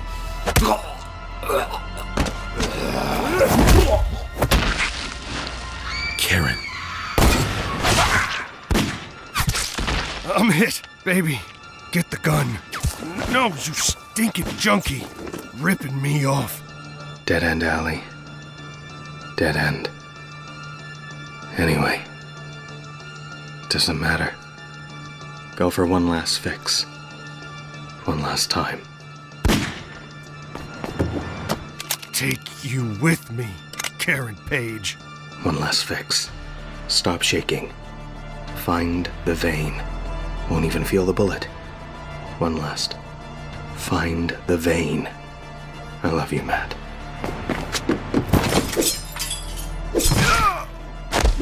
What the?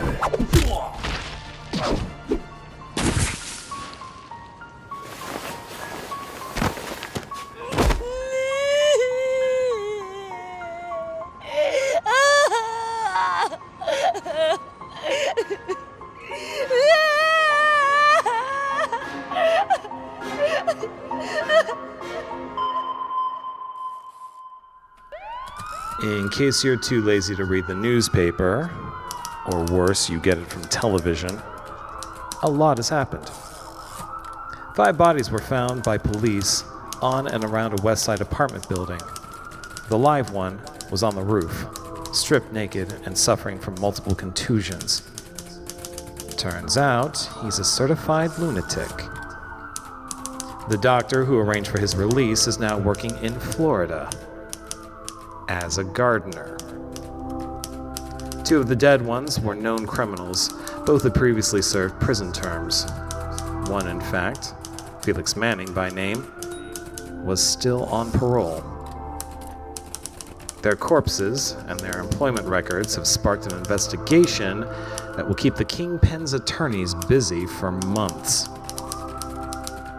The other 2 were Officers Spanner and Trumbull of the New York City Police.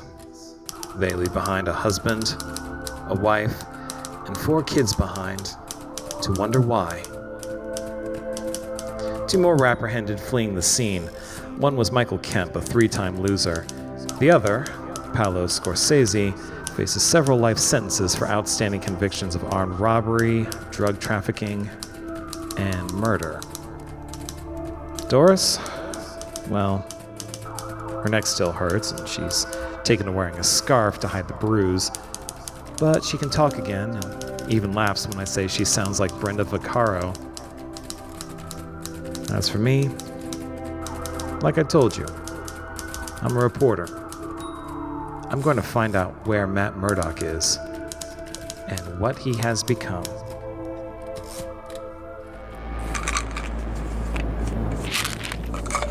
Give me a red. Our boys. Our boys. Nuke, that's wrong, boy. You've got it wrong. You are not in Vietnam. You are not looking for Mias. This is Nicaragua. Betsy. Forgot a set, Betsy. Good count. Best yet. I'll top it for you, Colonel. You'll get your chance, boy. There's a lot of them down there. And they're holding our boys. Betsy hums as the red starts coming in around the edges, and the Colonel's voice stops slowing things down. Our boys. Betsy. She knows what to do. The program's all set. Stage 1. Napalm.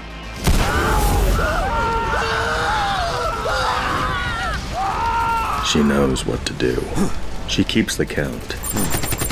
Red's kicking in, but good now. Adrenaline rush like a rocket blast.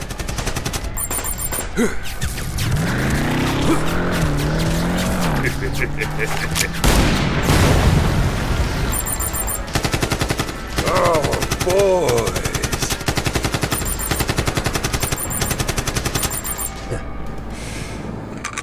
Give me a white. Where next? You're not gonna believe this, boy. You're hopping a civilian plane, going stateside, New York. Order came down while you were mopping up, straight from the General. General seems to have gotten himself some new friends. New York. America. America. So glad you could take my call, Mr. Fisk. Just thought you'd be glad to know. Nuke, I mean Agent Simpson, well, he's en route, Mr. Fisk. Coming your way, just like you wanted. I have, delivered the goods, Mr. Fisk. And well, I'm waiting for the goods you promised me. Nuke. Such a simple term. So direct. And now the Kingpin of crime will aim this nuke at the man he is learning to hate. The man he is learning to fear. Murdock. Karen Page tries to scream, but the only sound she can make is a dry sucking. Sucking. She thinks of what she learned in college, in science class. What she learned about black holes. Stars that collapse in on themselves and stop shining. Collapse until there's nothing left. Less than nothing. Just a hole that sucks everything in and takes it nowhere. Just sucks and sucks. And she'd disappear, and it wouldn't matter. But his arms are strong, and he holds her here on Earth. Think of him. Think of Matt Murdock. Matt. They almost got married once, before she went for the movies, before she left him to become a star. And the movies got worse and worse, and piece by piece, Karen Page sold her soul. The last piece she sold for a shot of heroin. A lousy fix for the lousy junkie she'd become. The last piece of her. Matt. She sold Matt out. Told a pusher that Matt is Daredevil. And the pusher sold that to Matt's enemies. And they took Matt's home and career and everything. No. Not everything. Nothing, he'd said. Matt did. When she told him what she'd done. I've lost nothing, Matt said. And laughed like a boy. And Karen didn't understand. And Matt kissed her. And held her. And knows exactly what to say and when to make her eat and how to touch the muscles in her back to make her sleep. That's his senses. His crazy senses. He was a boy. It was before she met him. He was blinded by radiation or something, and his remaining senses became superhuman. She never told them about the senses. And she never told them about the man. From the length of my entourage, you'd think I'm a visiting dignitary. Or a crook. I'm neither. My name is Ben Urich. I'm a reporter. These days, I'm a reporter in the hot seat, investigating the city's top criminal, the Kingpin, trying to stay alive all the while. Staying alive involves finding the Kingpin's enemy, and my friend, a man named Matt Murdock, who has a lot of secrets, and seems to have grown more. Like where he is. You've been close to Murdock since college, haven't you, Mr. Nelson? Have I been close to Murdock? Close as anybody, I guess. Look, I'll only talk if it's going to help Matt, Mr. Urich. I mean, suppose he doesn't want to be found. You think it's a good idea for a blind man to wander off alone? No, but... Matt is no ordinary blind man. I know that, Nelson. Do you? Okay, Mr. Urich, I'll trust you. Matt always spoke well of you, and that's good enough for me. All of those charges against him are false, and you can bet I'll have his appeal ready just as soon as this whole mess gets untangled. But, well, ever since our law firm went under, and even before, Matt's been, well, I spoke with him. I mean, he phoned me after his house blew up, and he sounded very confused. He sounded crazy, Mr. Nelson. I've spoken with him myself. I wouldn't go so far as to say that. Matt's always been kind of high-strung. I mean, you just can't always worry.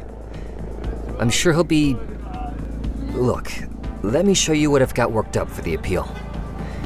Of course, there's still a lot of evidence to... Whoops. Darn it. I'm such a... Where did you get these photos? Glori. Gloriana O'Brien. She's... Matt's girlfriend? Never told me, but then... he wouldn't know. Will you be seeing her anytime soon? Yeah. I'll be seeing her tonight. Ask her to call me, please. It's not like she's some fine art gallery flirt looking to court the wine and cheese crowd and talk about her childhood as if it were worth the telling. She's just got eyes, is all, and things keep leaping out at her. Like that man there, so big and tough and just the same holding onto that jackhammer for dear life. Just leapt out and begged to be taken. It's almost robbery, thinks Gloriana O'Brien. Give me a blue. Excuse me, sir, about that beer you ordered. We don't have the brand you asked for. It isn't made anymore, so we substituted. This brand. Where was it brewed? Milwaukee? Don't worry, boy. It's American. All right. Trouble, Mr. Fisk, is your girl Lois. Since she was apprehended trying to murder Ben Urich's wife, she's been talking about you. The district attorney has agreed to reduce charges in exchange for her turning state's evidence. I'm afraid that's not all. Ever since Urich got on your case, he's been cozy with the DA, and now he's landed an interview with Lois. Commissioner, You will see to it that Officer Kogan is on duty at the time of the interview. That is all. Mr. Fisk, about those pictures. Embarrassing, aren't they, Commissioner? Such an ordinary cocktail waitress. Your wife would be insulted. You need not worry, my friend. I will keep the photos safe. Quite safe. Glori, I was counting on tonight. What? A new job? The Daily Bugle? No kidding. I guess Urich was serious. I didn't know you were... No, honey, I didn't mean anything by that. It's just that your photography never... you never talked about it. No, more like a hobby. Yes, I guess I do know now. Of course I'm happy for you, honey. Well, I just wanted to talk to you. It's this job. For corporate work it's okay. And the pay is great, but some of the work they do here, I'm not sure it's legitimate. He'd been up all night with her. It was early in the morning and he bought a razor and was shaving. He was about to go to work. He actually likes that job he found. When Karen fell asleep. She woke alone, but that's okay now. The worst is over. For me, it's over, she thinks.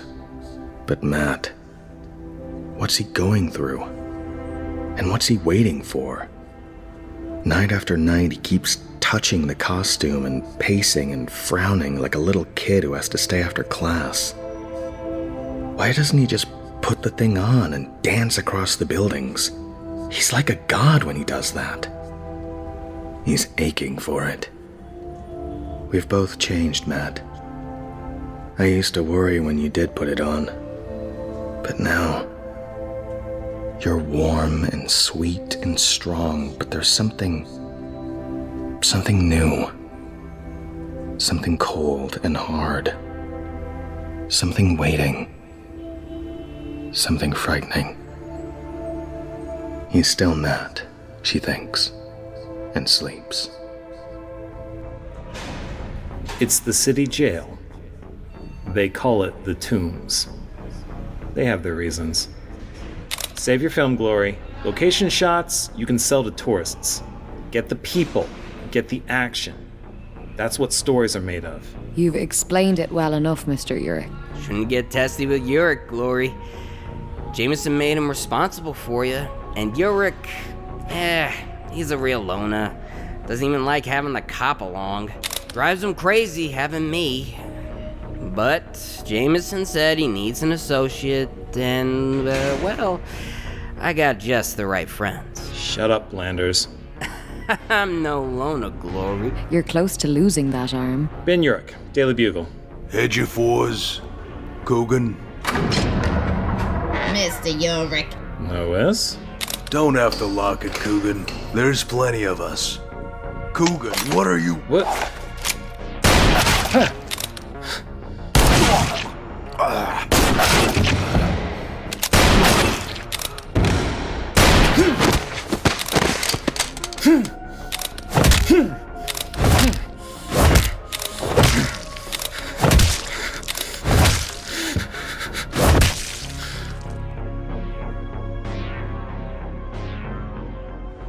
Your predecessor, the first super soldier, faced simpler times than ours, my friend, and simpler wars.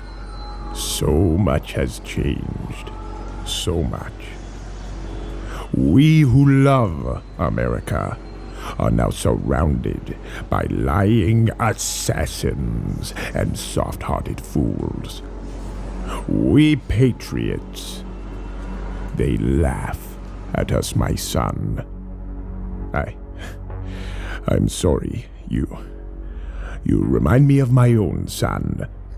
A fine boy, he is a veteran. I shall be honest with you. There are many who oppose me. I am under constant scrutiny by the police.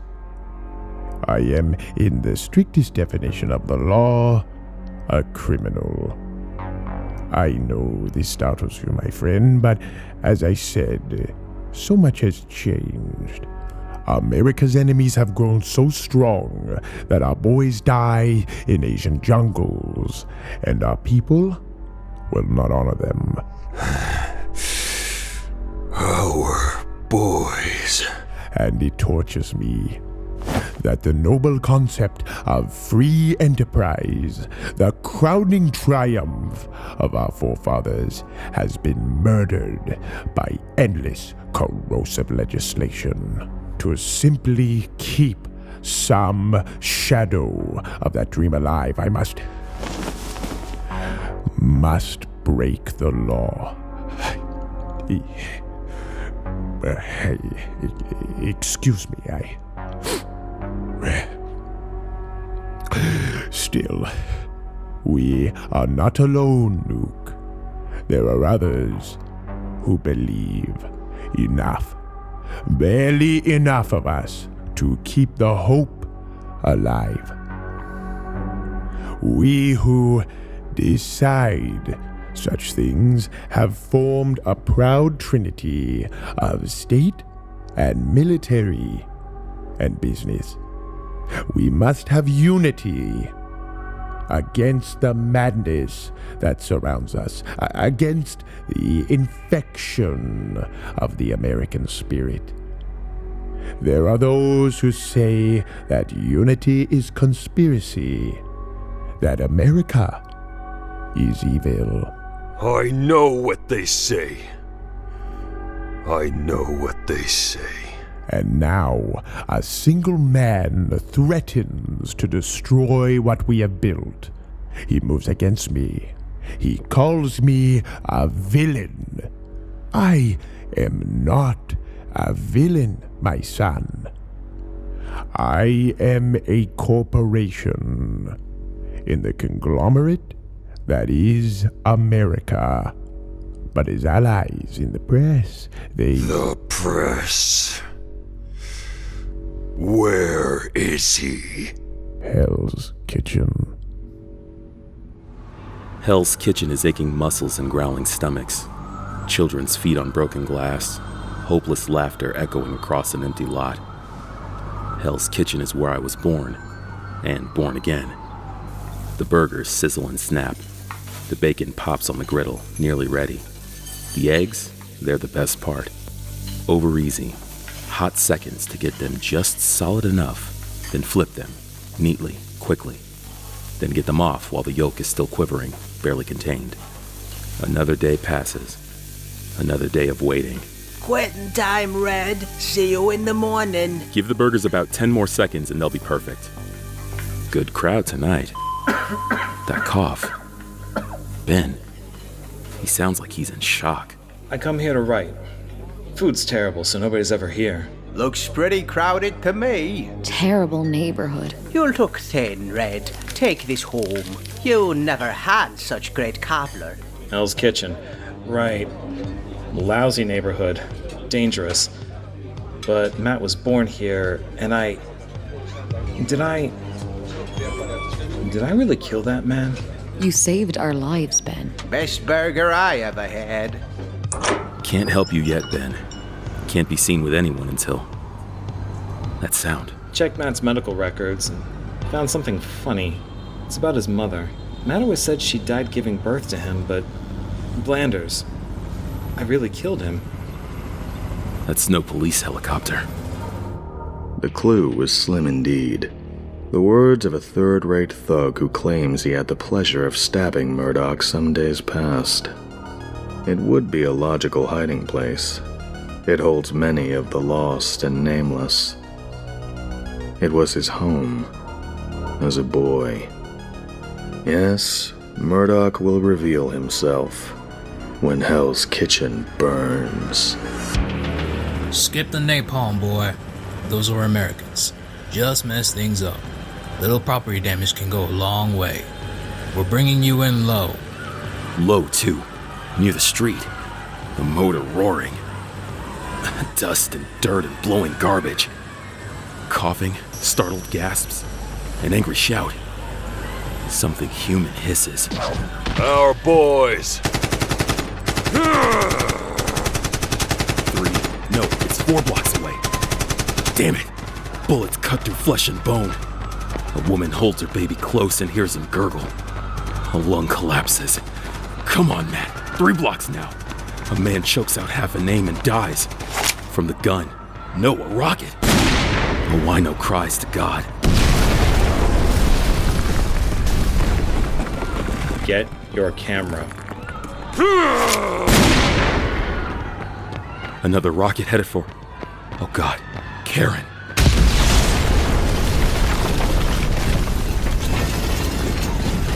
Moving up, boy. Got company. One more. Matt, am I dying? No, honey.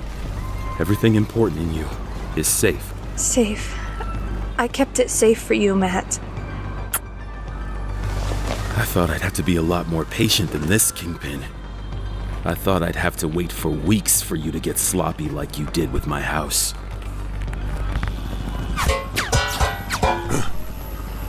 Enemy fire. A chopper. The pilot screams an alert, and the gunner goes to his death with a curse.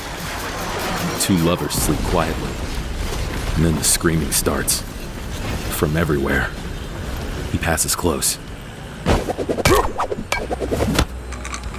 Give me a red.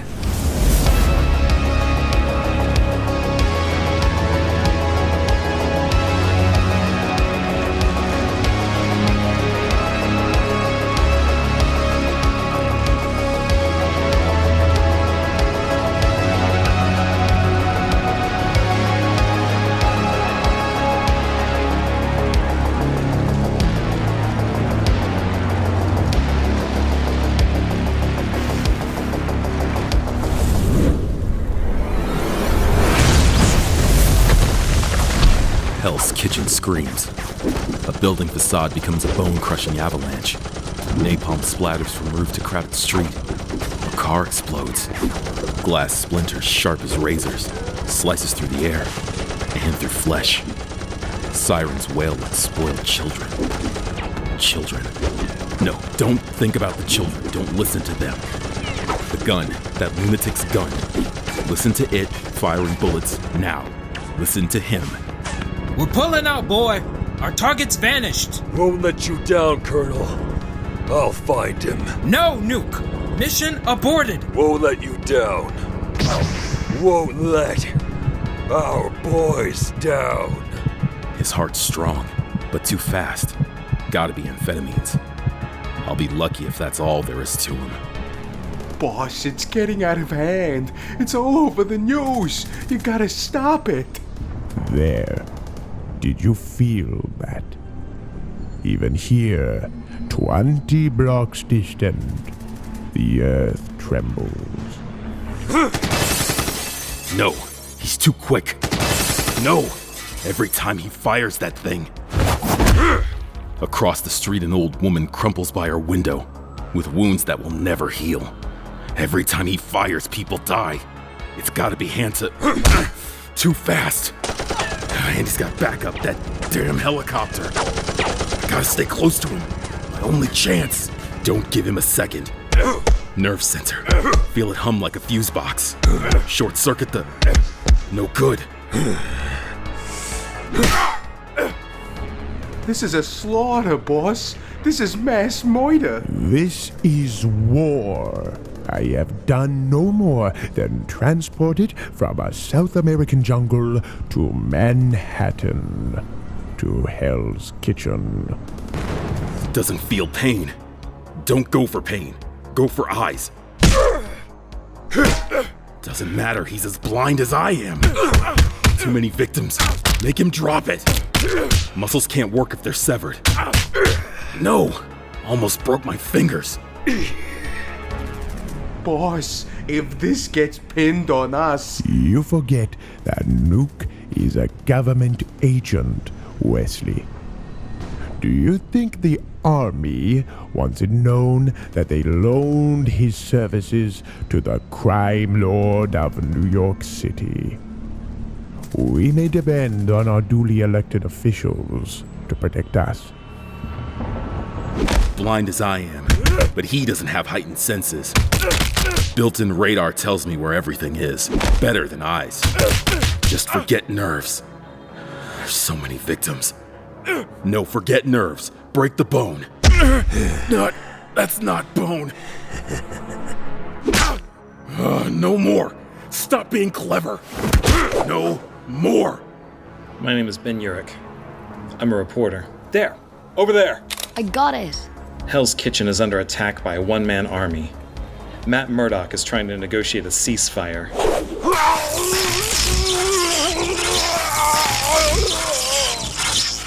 Unilaterally.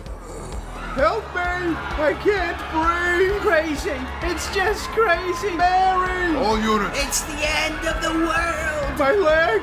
My leg! My leg! Watch it, Glori! Watch it, Glori! Glori, get out of the way! I got it! Glori! You idiot!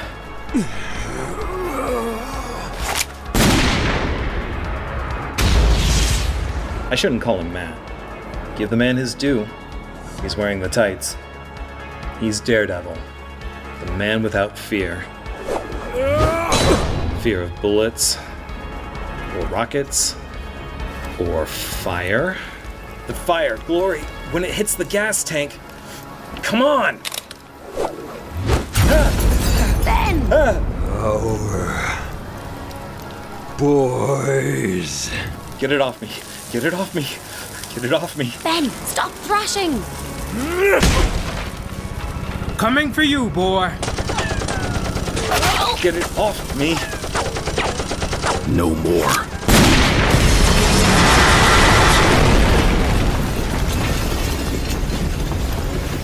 Forgive me.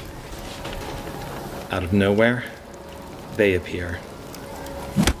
This one's been shot. Medic, over here! Put those fires out. We don't want a gas main going up. A soldier with a voice that could command God. And does. Suddenly it's raining so hard it hurts. Everyone who can falls silent. Except Matt. The Kingpin! He sent you! Say it! Give me a white. Give me a white. Daredevil, that man is ours on federal authority. Stand back. You have 5 seconds. There's a soft hum as computer circuitry generates enough power to level a building and holds it, waiting. Not being stupid, Matt backs away. Give me a white. It's a long night. It's a horrible night. Sheer lunacy, Kingpin! Sheer lunacy! Hundreds of people dead. If the Syndicate gets fingered for it, we'll be in the court for months. Please, Mr. Glazer, do not refer to our organization as a syndicate. It dates you. Dates me? Right, sure. In the old days, we might go for a family, but we never flattened an entire neighborhood. Have you any idea what your vendetta has cost us tonight in lost drug trade? Very little, as compared to the lost real estate. But please, go on, Mr. Glazer. You bet I'll go on, fat man. I'll say what everybody here is thinking. You're screwing up. You've endangered all of us, and cost us millions just to harass that blind shyster. Glazer, you better ease up. Mr. Glazer is entitled to his opinion, Mr. Ornstein. Allow me to interject, however, that Murdock is no longer an attorney. Crazy, Kingpin. You've been crazy ever since you lost your wife. Gosh, damn it. Look, Guess I've been hitting the bottle a little too. I didn't mean to. I mean, Hell's Kitchen, you know, I've put a lot of years into it and... Yes, Mr. Glazer. I understand.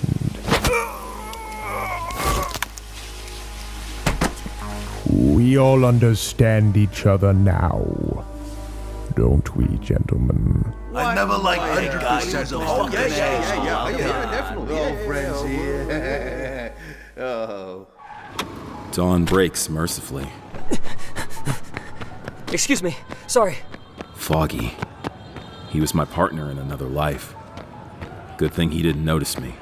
Glori. Oh, Glori. Oh, Glori. Our Father who art in heaven. Can't you give me something for this? Hurts. Just keeps hurting. Don't move me, just give me something for it. You're from Ireland. I haven't seen it since I was a child. I think we all saw it last night, sister. The bad part, anyway. Foggy, you came. Oh, honey. I was so scared. You need to sleep. I'm all right, Maggie. Really, I am. Of course I came, Glori. I'm so glad you're okay. You are okay? Bullet passed right through, Foggy, though it did take a chunk of me with it. I can't believe this happened. The first thing we'll do is get you to a proper hospital. I can't be moved just yet, Foggy. I've got a favor to ask you. Get some sleep, Matt. Soon as you can. I will. Sure, Glori. Whatever. Well, I hate to ask, Foggy, but could you take this roll of film to the Daily Bugle? To Ben Urich? By now he's climbing the walls. There you are. Guess you're pretty serious about this job.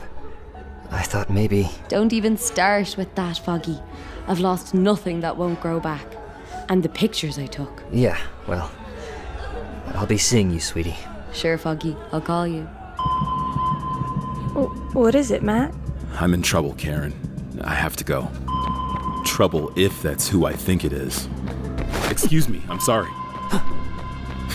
Yes, no man ever breathed like that. Down the block in that alley. No, there's his scent. He's moving, though you'd never know it from his heartbeat. So steady. There, ran past me, rattled a garbage can. A little sloppy, but fast. Faster than me. No good, it's got it all worked out. Right around the corner, leaping so easily. Window still creaks with his weight, though. 300 pounds at least. His muscles lie about it. Like hydraulic pumps, they swing him up. All worked out. He tracked me since last night. Daredevil, I mean you no harm. What do you want? That man, last night. Who is he? You didn't ask? Your employers, I mean. They aren't my employers. They said he's a terrorist. No ordinary terrorist, if that's even what he is.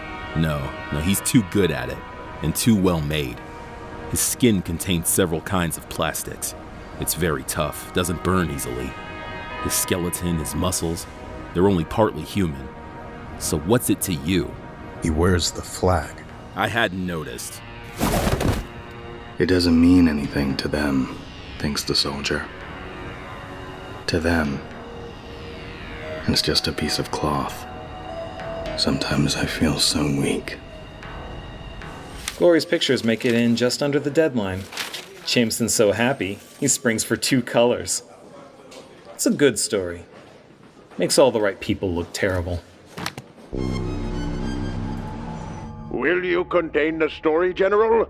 Or must I take measures of my own? You can count on my department to render the situation stabilized, Mr. Fisk. Sir, you can't.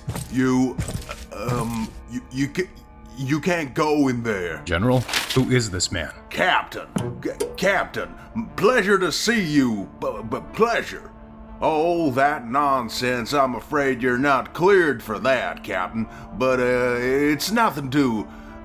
you know how these things... I really wish I could tell you, Captain, but then you'd know it's nothing to... I wish I could. You know the department holds you in the highest regard.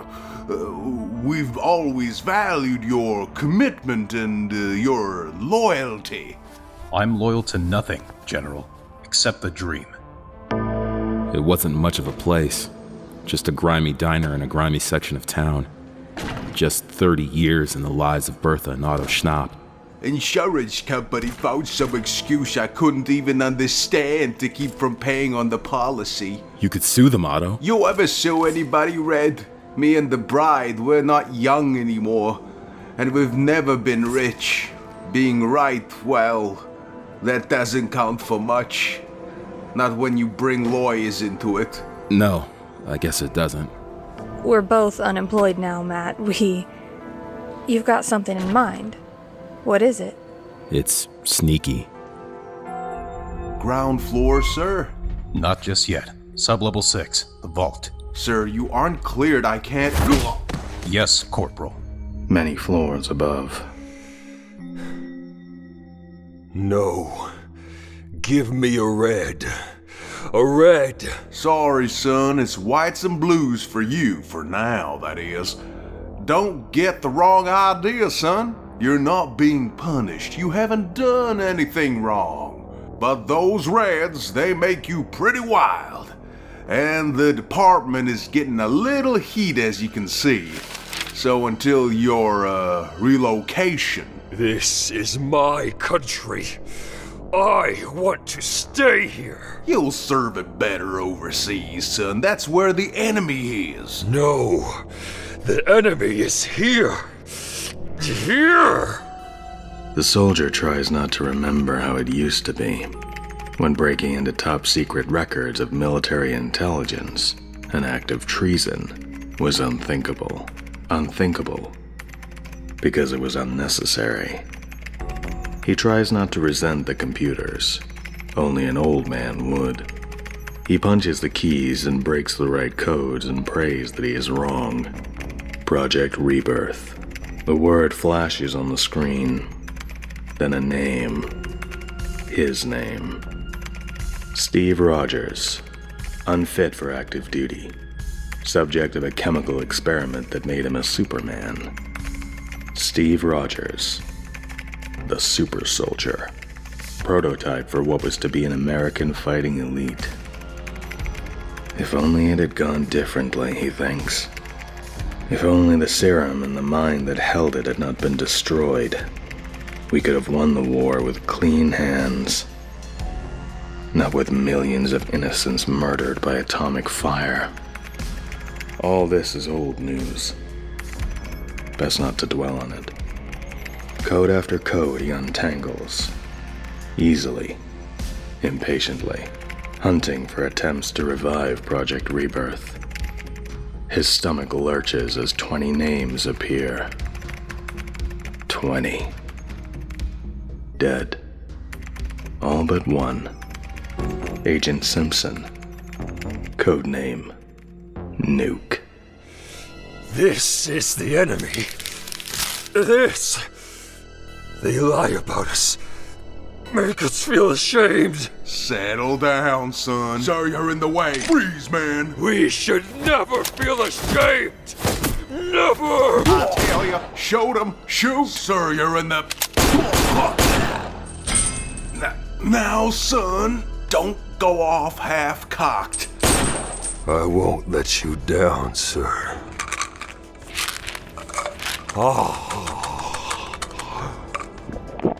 They try to make our boys ashamed.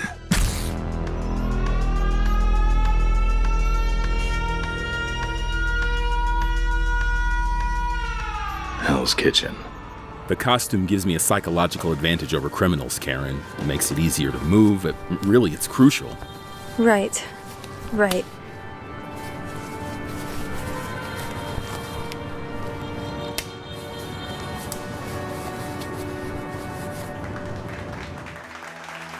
The award from the Businessmen's Association was earned by hard work. Thank you. Thank you. It is an honor. By having the arm broken of the daughter of an oil executive. By procuring a 16mm film of acts beyond description for an automobile distributor. Years of hard work, he thinks. Now they cheer me. The kingpin of crime. How easily I will shed that title. How happily. This is my future. To leave the underworld behind. No. To bring it with me. Then, from nowhere, it strikes him. Like the hammer blow that struck his skull when he was 12 years old and seconds from his first murder. The name. Murdock. He is there when I least expect him. He hunts me, haunts me, laughs at me. He is nothing. Only a man. It is a pleasure. I have broken so many. Yes, Wesley. What? With something about Nuke. Nuke has escaped, sir. We're fucked.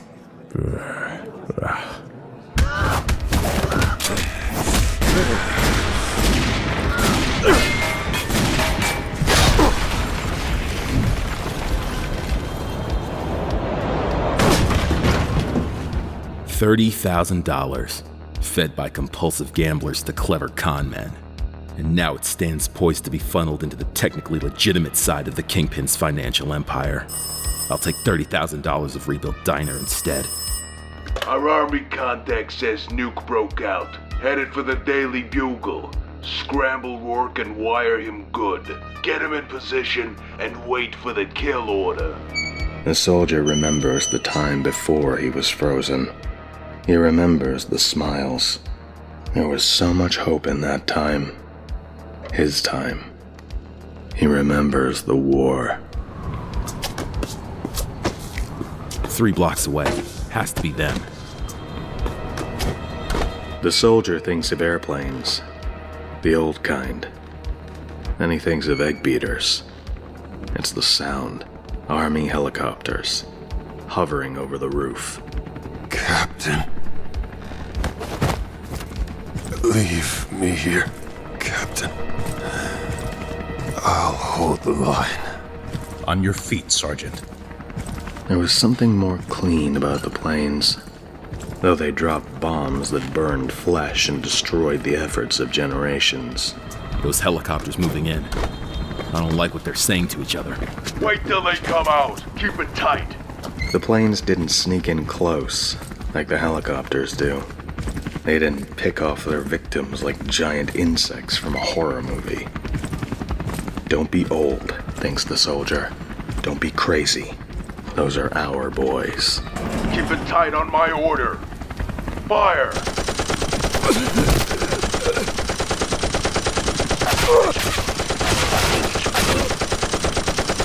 Tagged him. Cease fire. General's orders. Move in on foot. Went off the roof. That way. Sir, we can't let you... I respect that, Lieutenant. Somebody call a cop. Lunatics stole my cab. Red light, you freaking moron. Blind, man. Can't you see? Radar's useless.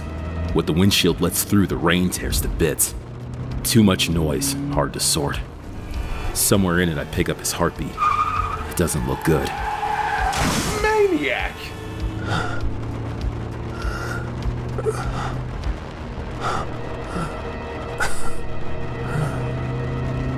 Mission status. You're going home, Sergeant. As long as there's a chance to get him to the hospital. Promised. Promised you'd never do that.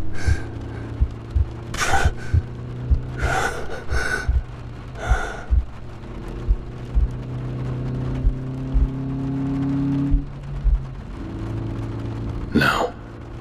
No hospital. One place left to take him. One purpose he can still serve.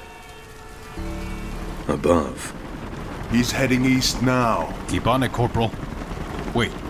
Scan that roof. Heat sensors. Yes, sir. Sir, I'm picking something up. How could you see?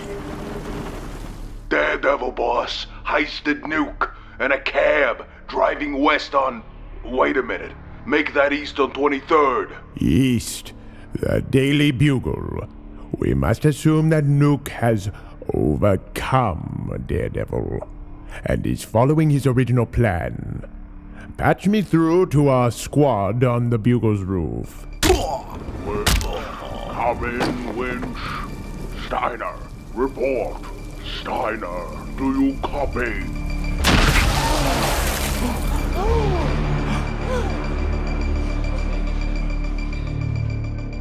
The next few weeks go poorly for the Kingpin of crime. One of the hitmen placed on the roof of the Daily Bugle names the crime lord as responsible for Nuke's assault. Then, from everywhere, what? The charges come. From citizens groups and Senate subcommittees, fired by testimony from disgruntled ex-employees. Bagmen and numbers runners bartering away prison sentences, speaking more swiftly than the Kingpin can have them killed. And the faces of his lieutenants grow sullen and hostile. His commands are obeyed, but far too slowly. Few of the charges stick. Those that do are skillfully cast into years of litigation. Still, in the eyes of everyone except, as yet, the law, he is a villain.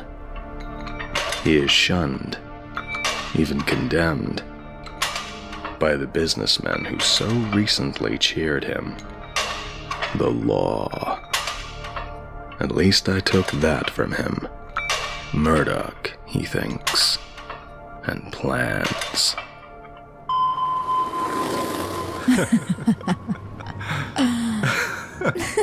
My name is Matt Murdock. I was blinded by radiation. My remaining senses function with superhuman sharpness. I live in Hell's Kitchen and do my best to keep it clean. That's all you need to know.